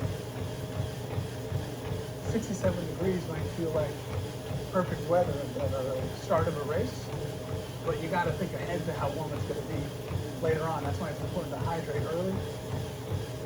It's important to have that informed approach to this first start of the race, because you don't want to feel so overconfident that you're running down the road, and then once you get under this equatorial sun, it starts to wither in that heat, in that direct sun. You want to make sure that you're anticipating it. The body's hydrated, so we have enough fluids in our system and enough electrolytes to keep us going. No cramp, and we're able to just keep going because we're hydrated. Like I say, preparation couldn't just simply be about workouts. Everybody's got workouts. It's the insight of the workouts. It's the grounding of the workouts that keep you going. Okay, guys. Hey. And there's another runner in the race, in the marathon.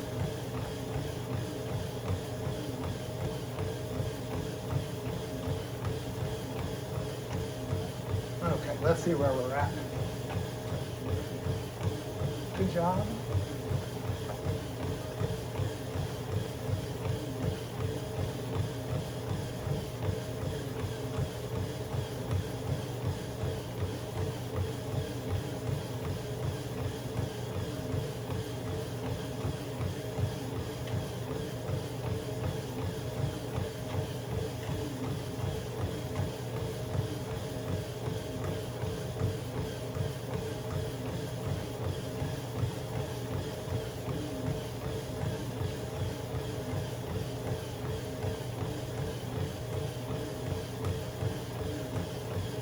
Staying focused in this moment.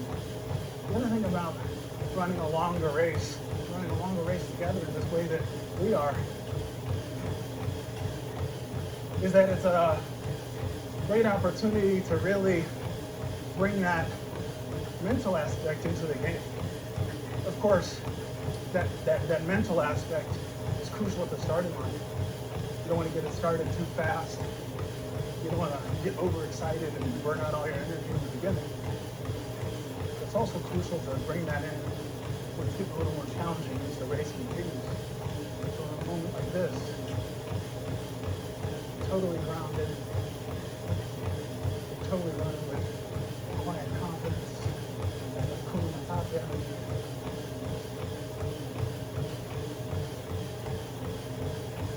Still playing in our bubbles. Because even though the race is thinned out and there's many more pockets, we want to make sure that we're continuing to run our own race.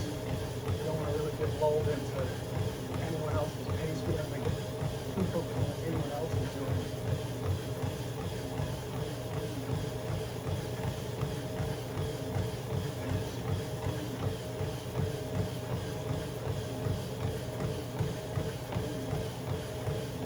I remember my first race, my first marathon. I thought I had prepared, I'd done a lot.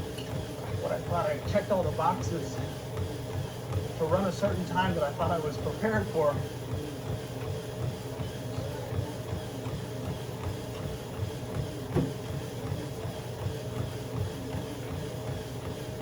And I was prepared for the first half of the race. So I fly through the first half of the race. I'm running out of my mind. I check my watch. Yeah, every time. And I'm flying through the first half of the race. And I'm running with this French guy. He's flying from New Jersey. We cross over this bridge. It's the New York City Marathon. We cross over the halfway mark. And all of a sudden, the guy I'm running with starts walking.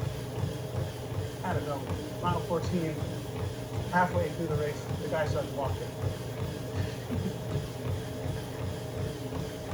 And I was so tapped into what he was doing that in an instant, I lost all my concentration and said, that looks really good. I'm going to try that just for a little bit. And I started walking. And I ended up walking and jogging for the entire second half of the race. It was really one of the tougher marathons I'd ever finished. Big education from my first one, not only about the will to win, but also the preparations that I needed. But I also needed to run my own race. I needed to have my own full portfolio of preparations on the day. You can't show up for a marathon thinking you're just going to do it with the wing and a prayer. You need to show up knowing what you're going to do. That's the thing about preparations.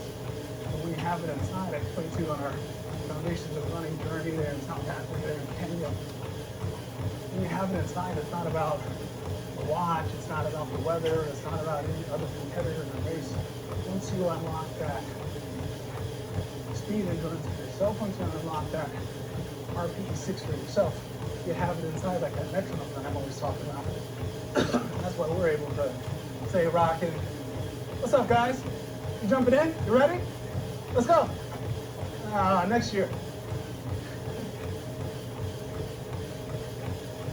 You're able to just tap right in. You run at this RPE6. Sure, faster and stronger for longer in a way that perhaps you didn't think possible when you started out on the journey, but you're able to Keeping it going.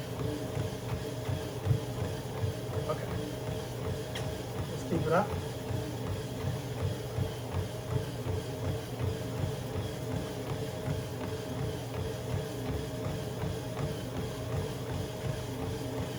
This RPE6. When I say this is an opportunity for us to bring that mental game in, there's still lots of running left in this race. There's still lots to go. So just in the same way you wouldn't get overconfident this early on with this much to travel in the race, nevertheless, if you're having a tough day, if shoelaces kept coming untied or you weren't feeling your best, you don't need to panic because you still have plenty of running left to do in this race and it's going to even itself out. So the main idea at this point is to keep that quiet confidence going. Hey, you're doing great, so let's do it.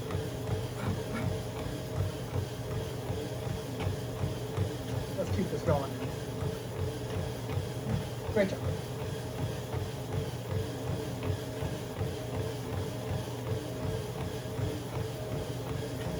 And we're doing well. Let's just hold this, don't need to change anything.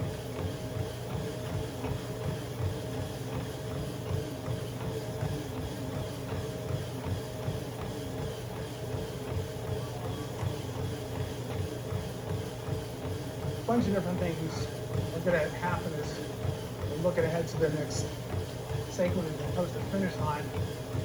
Some folks are going to have realized they've given their all perhaps too early, and they're going to be walking it on in, and other folks are going to smell that finish line and get more motivated to run fast. We're going to maintain that energy through the finish line in a real steady fashion. So we're about to prepare for that.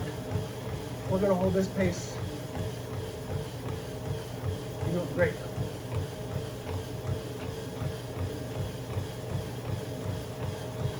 Good job. Good rhythm. Don't need to change a thing.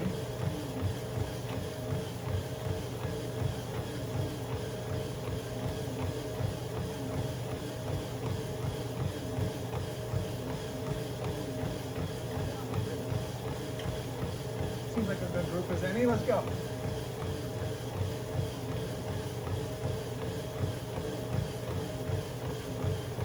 Good job. I'm going to post a little music to make the miles go on a little smoother. We're in the final miles of this 13.1 mile distance. I'm not giving a high five just yet. No premature celebrations. You know, you always see that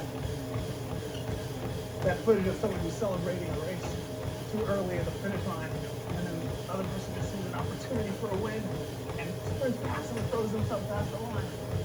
So we don't want to cheer too early. You don't want to raise your hands up in victory and cross the tape too early, but that's what someone comes from behind it. That's ahead of you. So we're going to milk these last 2 miles. We're going to stay on our pace. We're going to run RPE6 all that distance. Let's just do a quick body scan and check in. Our eyes are pointed straight ahead at the destination. Finish line there in the distance after a few more turns. Our head's upright, our shoulders are squaring back. We're shaking off any fatigue that might have accumulated in our upper body over the course of this amazing run together. Shaking out those arms, and let's shake out those hands, shake out those arms. Even sometimes after a long race, and there's what Kelly is after this time. A little dehydration doesn't always come to form like a muscle cramp in the leg. Our hands might cramp up a little from dehydration. So you really want to make sure the circulation's there. Just shake the arms out. You just keep moving along here. At our RPE6, good. Right in that zone, we're just going to keep on going. Our shoulders are squaring back. Our arms are swinging in a rhythmic fashion at the side of our body. Our arms are crooked at 90-degree angle. And we're getting that good rhythm. The work that's going on in the upper body, that rhythm setting, is really giving us that good knee lift, and that good knee lift is giving us that crucial big foot strike and have us moving down the road to our destination in fine fashion. We're looking good. And we're moving along with that quiet confidence that we know to the feeling of our six. Now, at this stage of the journey, this stage of the race, we're not thinking about pace, we're not thinking about numbers, we're not thinking about anything. We're really just running with a quiet confidence and resting in the feeling of what the experience of this race is like. I can get a ride? No, I need to get a ride. I'm gonna get on. No free rides. We're doing this on our own 2 feet. Let's finish this race in fine fashion. Good job. No need to pick up the pace. We're just gonna keep on moving along in our way. Great. So a couple things happen now in the final stages of the race.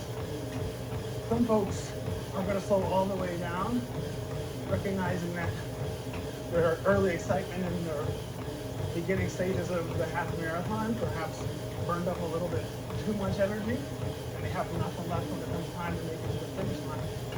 On the other hand, other folks might smell that finish line right around the corner and find that extra gear and start really bringing it home a little bit early. We're not going to do either. We're going to stay with this steady RPE 6 club and bring it all the way in. Because we're doing well. We've been doing a great job, so why change the thing? Let's keep it going.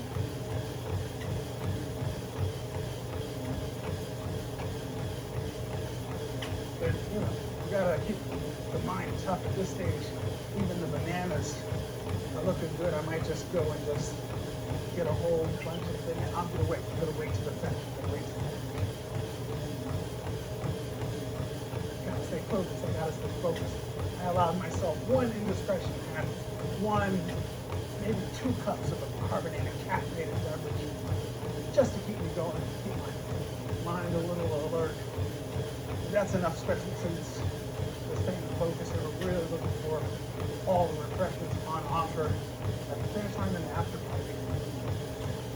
Sometimes, honestly, that's how I know I'm distracted and I need to work on my mental game. Sometimes when I'm out there on the long run, out there in the country, when I'm training on my own, or if I'm training with a small group of friends, and I start thinking about where we're going to go for breakfast after the run, or I start thinking about pancakes, I know that my mind is really unfocused. If I'm really running hard out there and running up and down these mountains and everything's going well, and I start thinking about pancakes, but I still have a long ways to go in terms of my mental preparation. So the same is here today. I'm already talking about what's going to happen after the finish line, what the after party is going to be like.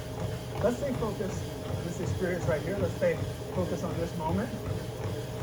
And keep rocking at this RPE 6. We just going to turn this corner and start bringing it on in. It's going so well, so we want to keep it going. This is awesome. Just on time. I needed a little bit of hydration. This is another thing that happens a lot of times out in Africa. Like if you're starting to get a cramp, you'll run into the aid station and just say, ice, ice. This is kind of like an aerosol thing. You see, watch.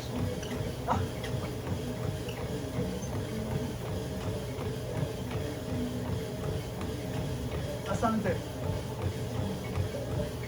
I gotta be honest, because I'm always honest with you. That doesn't do anything.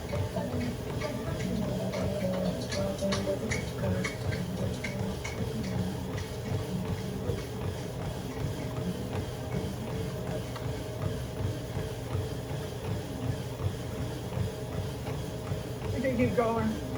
A little more carbonation.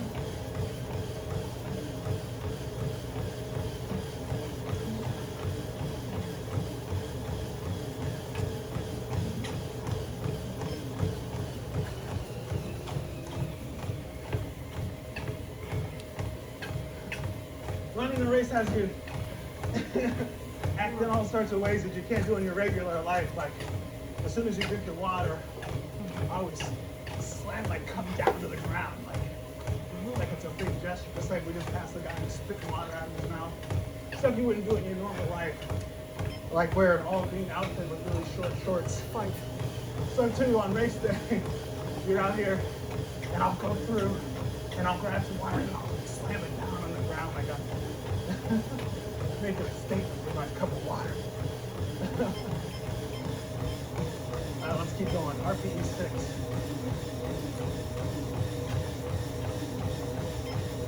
As you can see, 5.7. this race started, this half marathon started just after dawn here in Kilimanjaro, the foothills of Kilimanjaro in the town of Moshi, just after dawn. And it's true, we've been taking our time, running for a couple hours, but it's not so early in the morning, but I want to show you what I'm talking about throughout Cali. Look at this. We're under this sun. I mean, it's still early in the morning. Folks who went out and partied last night are still sleeping in. But look how high the sun is in the sky. Like, it's very early in the morning, and already that sun is out. It feels like maybe the middle of the day somewhere else in the world. So it's really great that we're had a great hydration. If you remember, we started with our own bottle of water. Now we're finishing up. Fully, feeling good. It's okay to finish this on empty. It's okay and it's commendable to give it everything you got. But you don't want to be so devastated at the end of a race or a workout that you need some attention and little medical assistance. You want to be able to just keep the race to be what it is, and that's more than anything, it can be a celebration of the journey. Like, we're about to see all these thousands of people who are in the marathon and in our own race, the half marathon. Everybody has been united for the same purpose. There are different finishing times, and there are different goals and motivations.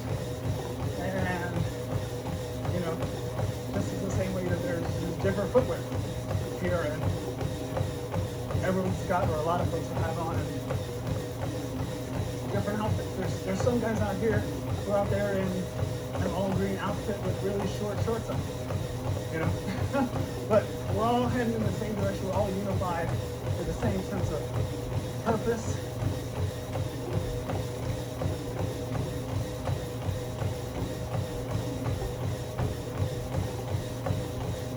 Plus, the Swahili word for purpose is Nia, N-I-A, Nia. And when you're really thinking about this half marathon and what the special experience is, of course, we get to come out here and put a finishing note on our fitness journey. We get to celebrate all these incredible, beautiful spaces out here. We get to, let me show you what I'm talking about. We get to turn around and see this view, Kilimanjaro, during the course of this race. It's amazing. So yeah, it's awesome. But we're all kind of united in the same purpose of getting over that finish line. And really, that getting over the finish line, it's a celebration. So when everybody crosses that line, there's just going to be this mass spirit of accomplishment, of achievement, of unlock. There's going to be this mass ecstasy of all these folks finishing together. Sure, there might have been some excitement along the way, this person or that person cheering or having a good time.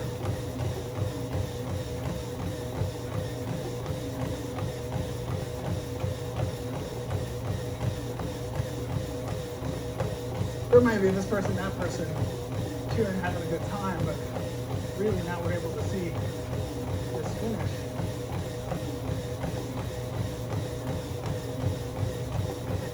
Okay. See some of the faster half marathons when they're finishing up. They're doing their cool downs. We don't want to miss out on the mass celebration. The finish line represents that's holding out for us in just a few more minutes. So I'm going to keep on going at this pace.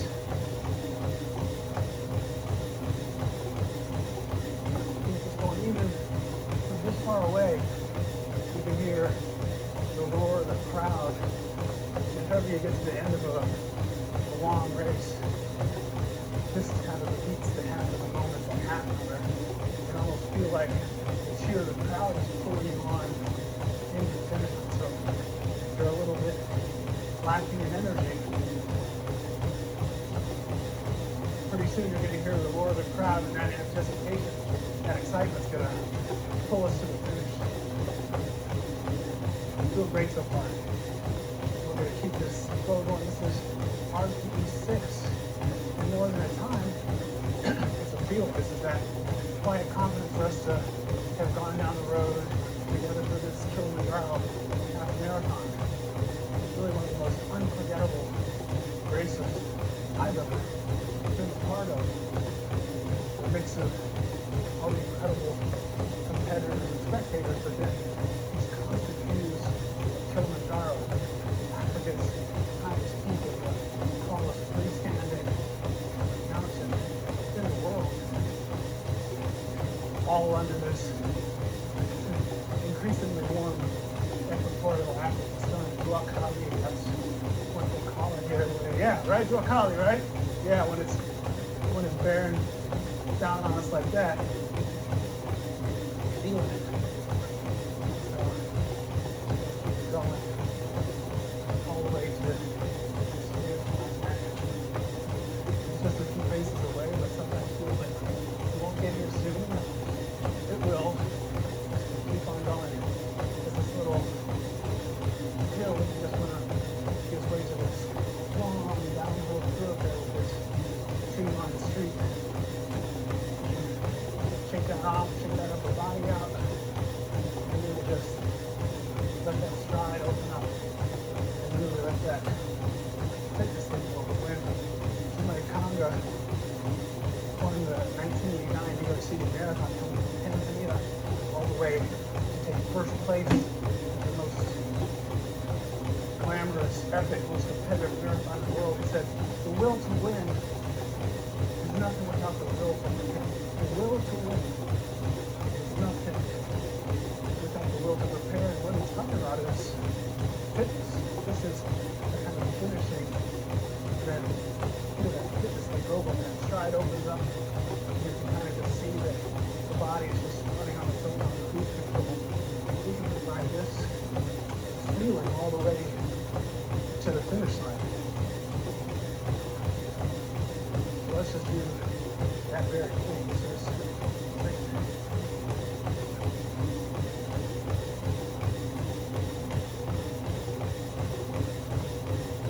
the great thing about training the way we do, this IFIT journey together, is we're able to work out in minutes instead of working out in miles.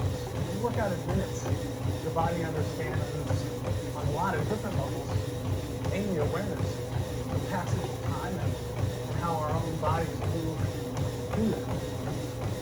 Right? So by the same hand, we're able to just keep going with this quiet confidence and know that we're going to run for this amount of time. And so really,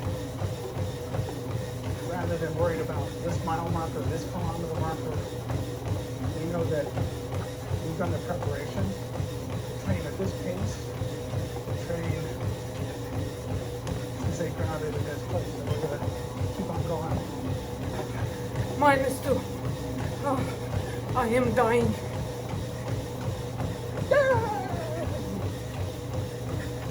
5.7 speed. All right? Let's keep going, guys. Let's keep flowing.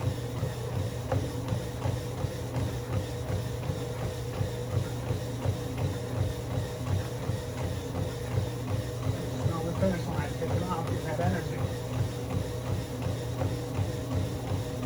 We're going to just keep this pace steady for a little ways to go.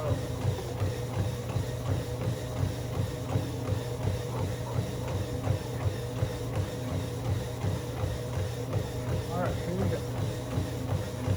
You know, when I'm talking about fitness, I'm talking about the ways in which we're able to open up and just run as this race comes to an end. We keep going and just feeling that stride open up, but we're still maintaining that rhythm. We're still keeping that pace, but we don't have to change a thing. We just need to keep doing the work that we prepared for whole time it's going awesome. So we'll keep on doing that. Not changing things, don't have to go straight move, don't get overexcited. This is the same way that we prepared well, and we're walking it in with a strong stride. Thank you. With a strong stride, we're going to keep on going. At this pace, let's keep going for another little bit here. It's going well.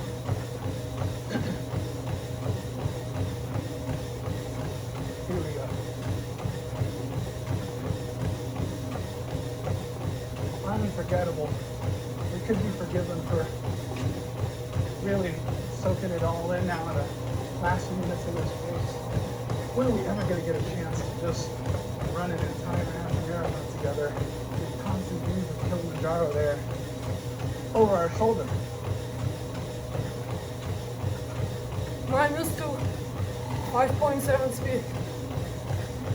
So we really want to soak up this feeling. We really want this feeling to last.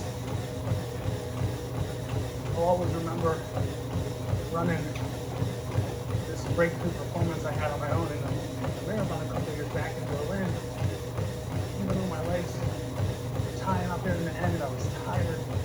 I really had this feeling inside that I didn't want the moment to end. I really doing everything I could do, of course, to finish as fast as I could, even though I was hurting. But at the same time, I was trying to soak in all the energy because I knew it was like a once-in-a-lifetime opportunity, and that's kind of a feeling I have running this half marathon here with you here in Moshi, Tennessee, like this unforgettable Kilimanjaro half marathon. Moving down to these last 2 minutes. We want to soak up all this energy, soak up all these best practices.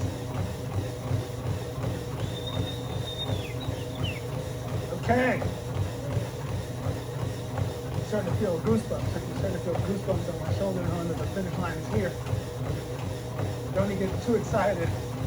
Don't leave me in the sprint. Let's just finish together. Remember, if you want to go fast, go alone. If you want to go far, go together. We've run a pretty far distance together today, so let's finish it up together. This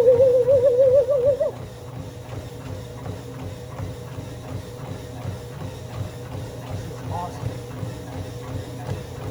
So let's keep this pace, RPE 6, as we navigate. Some folks are walking in, we don't need to do that because we've prepared. So we're just going to keep this steady. RPE 6, yeah, every time. Thanks for being out here. Okay, yeah, guys. Yes. Yeah, good to see you, Steve. How's it going? It's a good race? All right, let's finish strong. Finish strong, everybody. This is what I was telling you from the very beginning of the race. We were going to see the same folks because these are our people. So we're coming up for this finish. Yeah, a little incline. Another little email to the race directors. Thanks for putting this little uphill right now at the end when we need to be bringing it on in. Coming a little shock to the system, but let's just keep it on going on in. Okay, tapping into that Kilimanjaro energy right now, my man. Yeah, bringing it on in.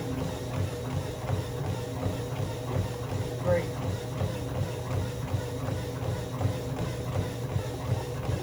Rock Ali.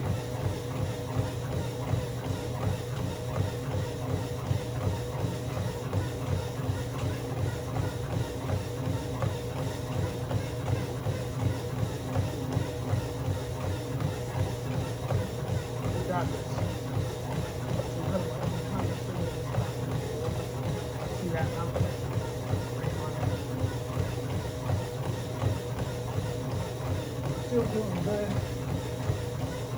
Still thinking about my dad's words. Some of the little fans in the stands, you can hear the pulse of the announcer at the finish line. You can see the happy faces of folks who finished a couple minutes ahead of us, already proudly rocking their finisher's medal. I want to go get that finisher's medal. I gotta stay focused in this moment because the finisher's medal is right up there waiting for us. One has my name on it, one has your name on it, so let's go get this finisher's medal. We got to stay focused. That's the eyes on the prize. We gotta give it up. for the fans in the stands, but first we gotta get there. First we gotta cross this finish line. To do that, we're gonna stay in our zone, stay in our focus, stay in this flow. This is RPE 6. Let's keep it going. Almost here, you can kind of feel the finish line energy pulling us on. Just keep that pace. No, we don't need to change a thing. Just need to keep the farm moving at this very Hakuna Matata pace. Just arms swinging, still getting that good England, bringing it on in. For the last few minutes of this race as we soak it up. Let's not change a thing. Just stay right on my shoulder, right there, and we're gonna finish this race together. Just the same way we started. So let's keep going.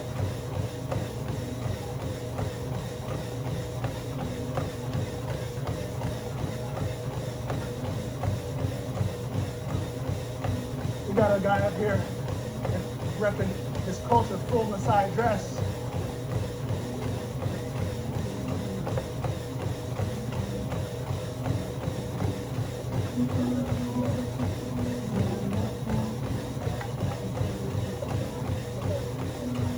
How you feeling, my man? You ready? Yeah. Let's do this, yo. We gotta go to the finish line. You good? You look good, yo. You look good. You know? Now with this thing, let's go, yo. Let's do this. Other folks are giving us energy. We're getting great energy. Let's go. Let's finish together. He wants to finish together. Let's finish together. Okay. This is how we do it.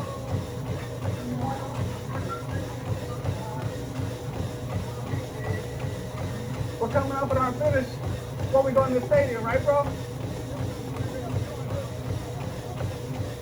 Now for this special surprise. My bandana is doubling as a little thank you to our hosts. Woo-hoo-hoo!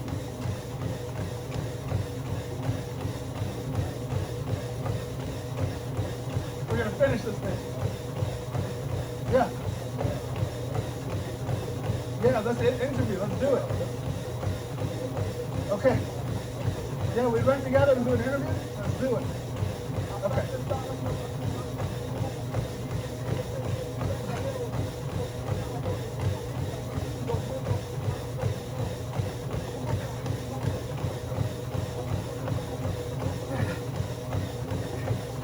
Oh my God. I can't wait when it's finished. I am dying here. I love it. I love it. It's easy. Check one, check one. Check Easy. two. This is not Robinson representing New York City all the way to Kilimanjaro Half Marathon. It's your brother from another. Thank you very much for having me out here. 93.7. It's a little piece of heaven right here in Kilimanjaro. See you at 11 days.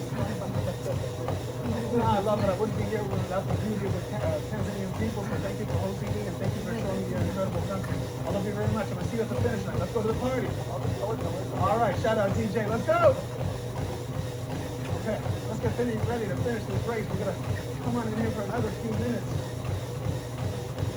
The will to win is nothing without the will to celebrate the journey. And that's what we're gonna do. This is an awesome finish. We're cruising on down to this downhill section. The body's open, the legs are open. We're feeling good. And we're about to go into finish of this incredible stadium finish. When you go to the Olympic marathons throughout the course of the 20th century, the Olympiads that we've had here in the 21st century, so many times they finish inside a stadium. Comrades Marathon finishes inside a stadium right there in Durban. There's nothing like going through a challenge, meeting that challenge, and then turning the corner and entering the stadium, hearing the roar of the crowd, the loudspeaker, all that excitement. So let's do it. Let me show you what I'm talking about. Let's do this. Masai! Let's go, Masai! Let's go! We're going to turn this corner. We're going to go into the stadium, and then it's going to be us, Nige. Let's go! Okay, you ready, sis? Let's go, sis. You're looking good! Woo! Here it is. We're here.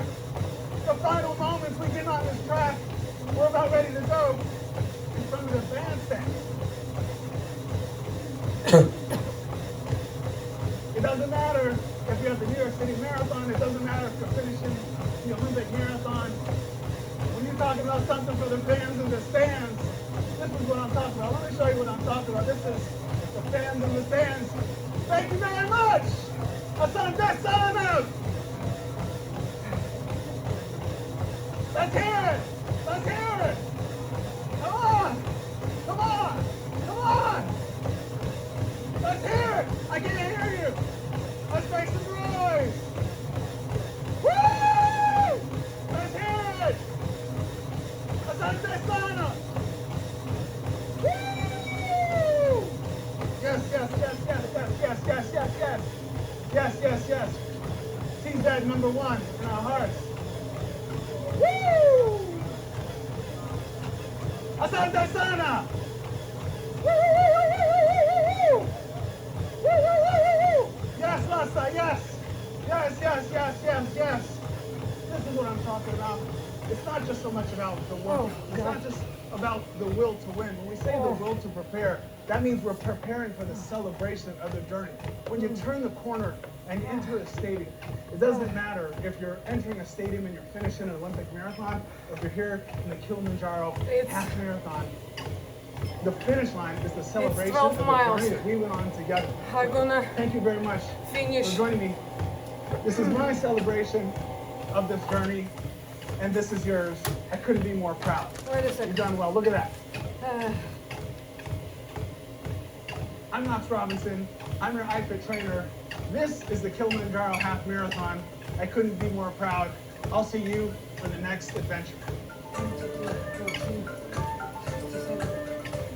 like something is off. I ran 22 kilometers, which is really 13.6 miles. But distance on a treadmill, it says it's only 12.1. There is a difference of a mile between calculation of a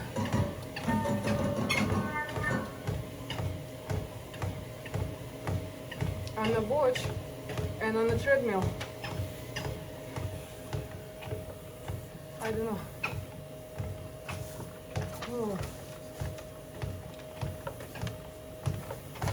What I'm gonna do, because it doesn't make me feel like I completed.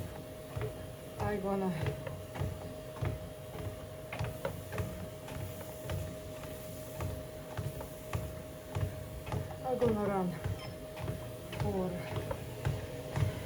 a little bit.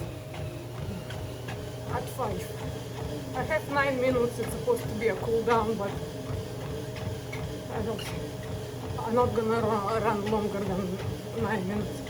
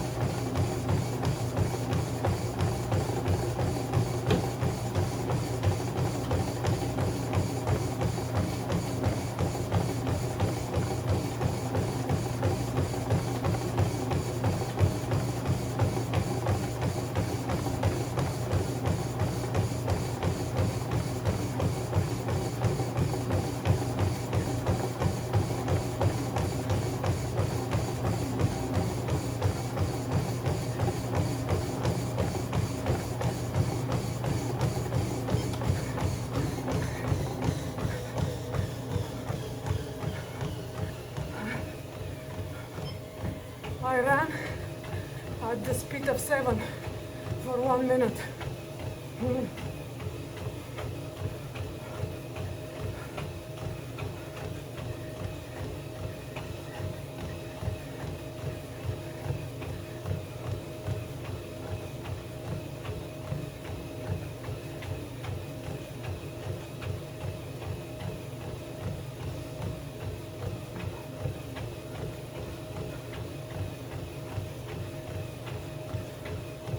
This is speed 4. Just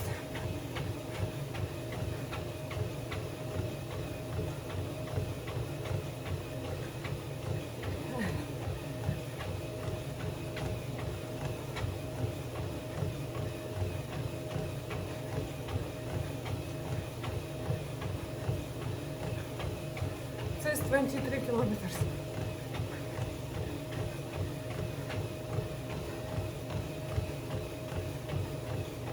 I'm gonna finish this 4 minutes.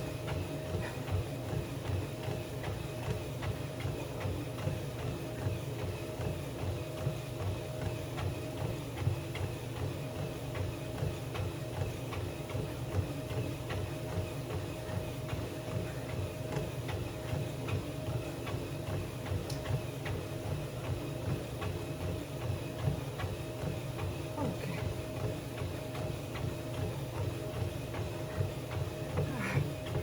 Straight back. 5 o'clock. Oh.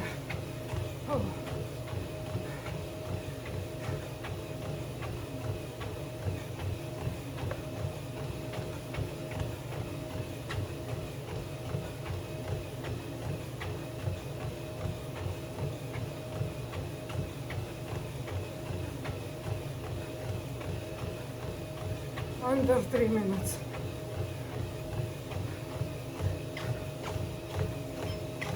I don't know. 3.3. I just gonna walk in it. Oh my goodness.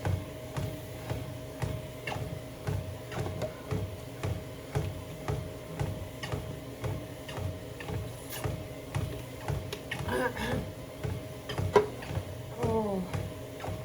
Oh Lord. Oh Lord.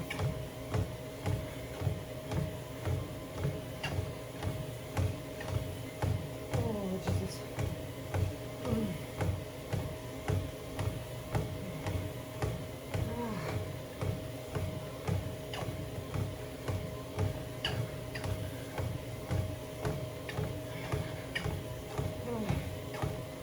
I'm going tomorrow for a massage.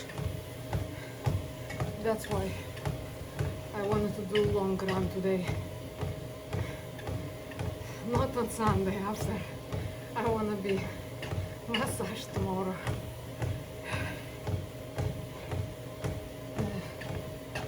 So, well, we're definitely gonna run marathon in this hat and this t-shirt. My every long run I try to run in this. Well, in Lululemon pants, they're all the same. I'm not gonna wear the full length job. Too suffocating at the ankles.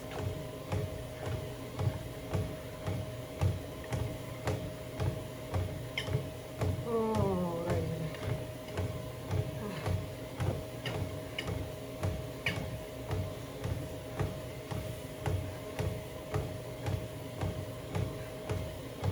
So between this and this, there is a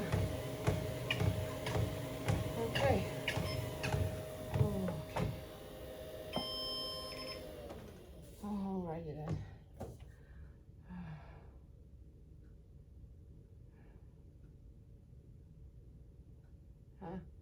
When you're doing cool down more, it doesn't come great. Perfect. Finish. Yeah.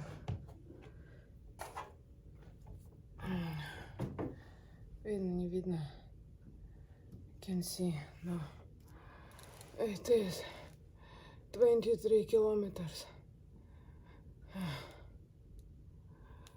Kilometers. Ah, Jesus.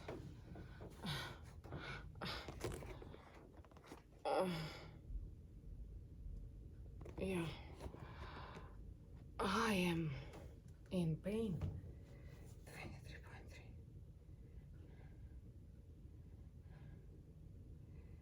23.3. Well, it was good. I am hurting, my legs hurting, but what I did different from the last week of this run, I was following his speed. It was a more same amount, just faster with him. I didn't have to on a cool down part walk a little, and I'm not hurting. I am tired.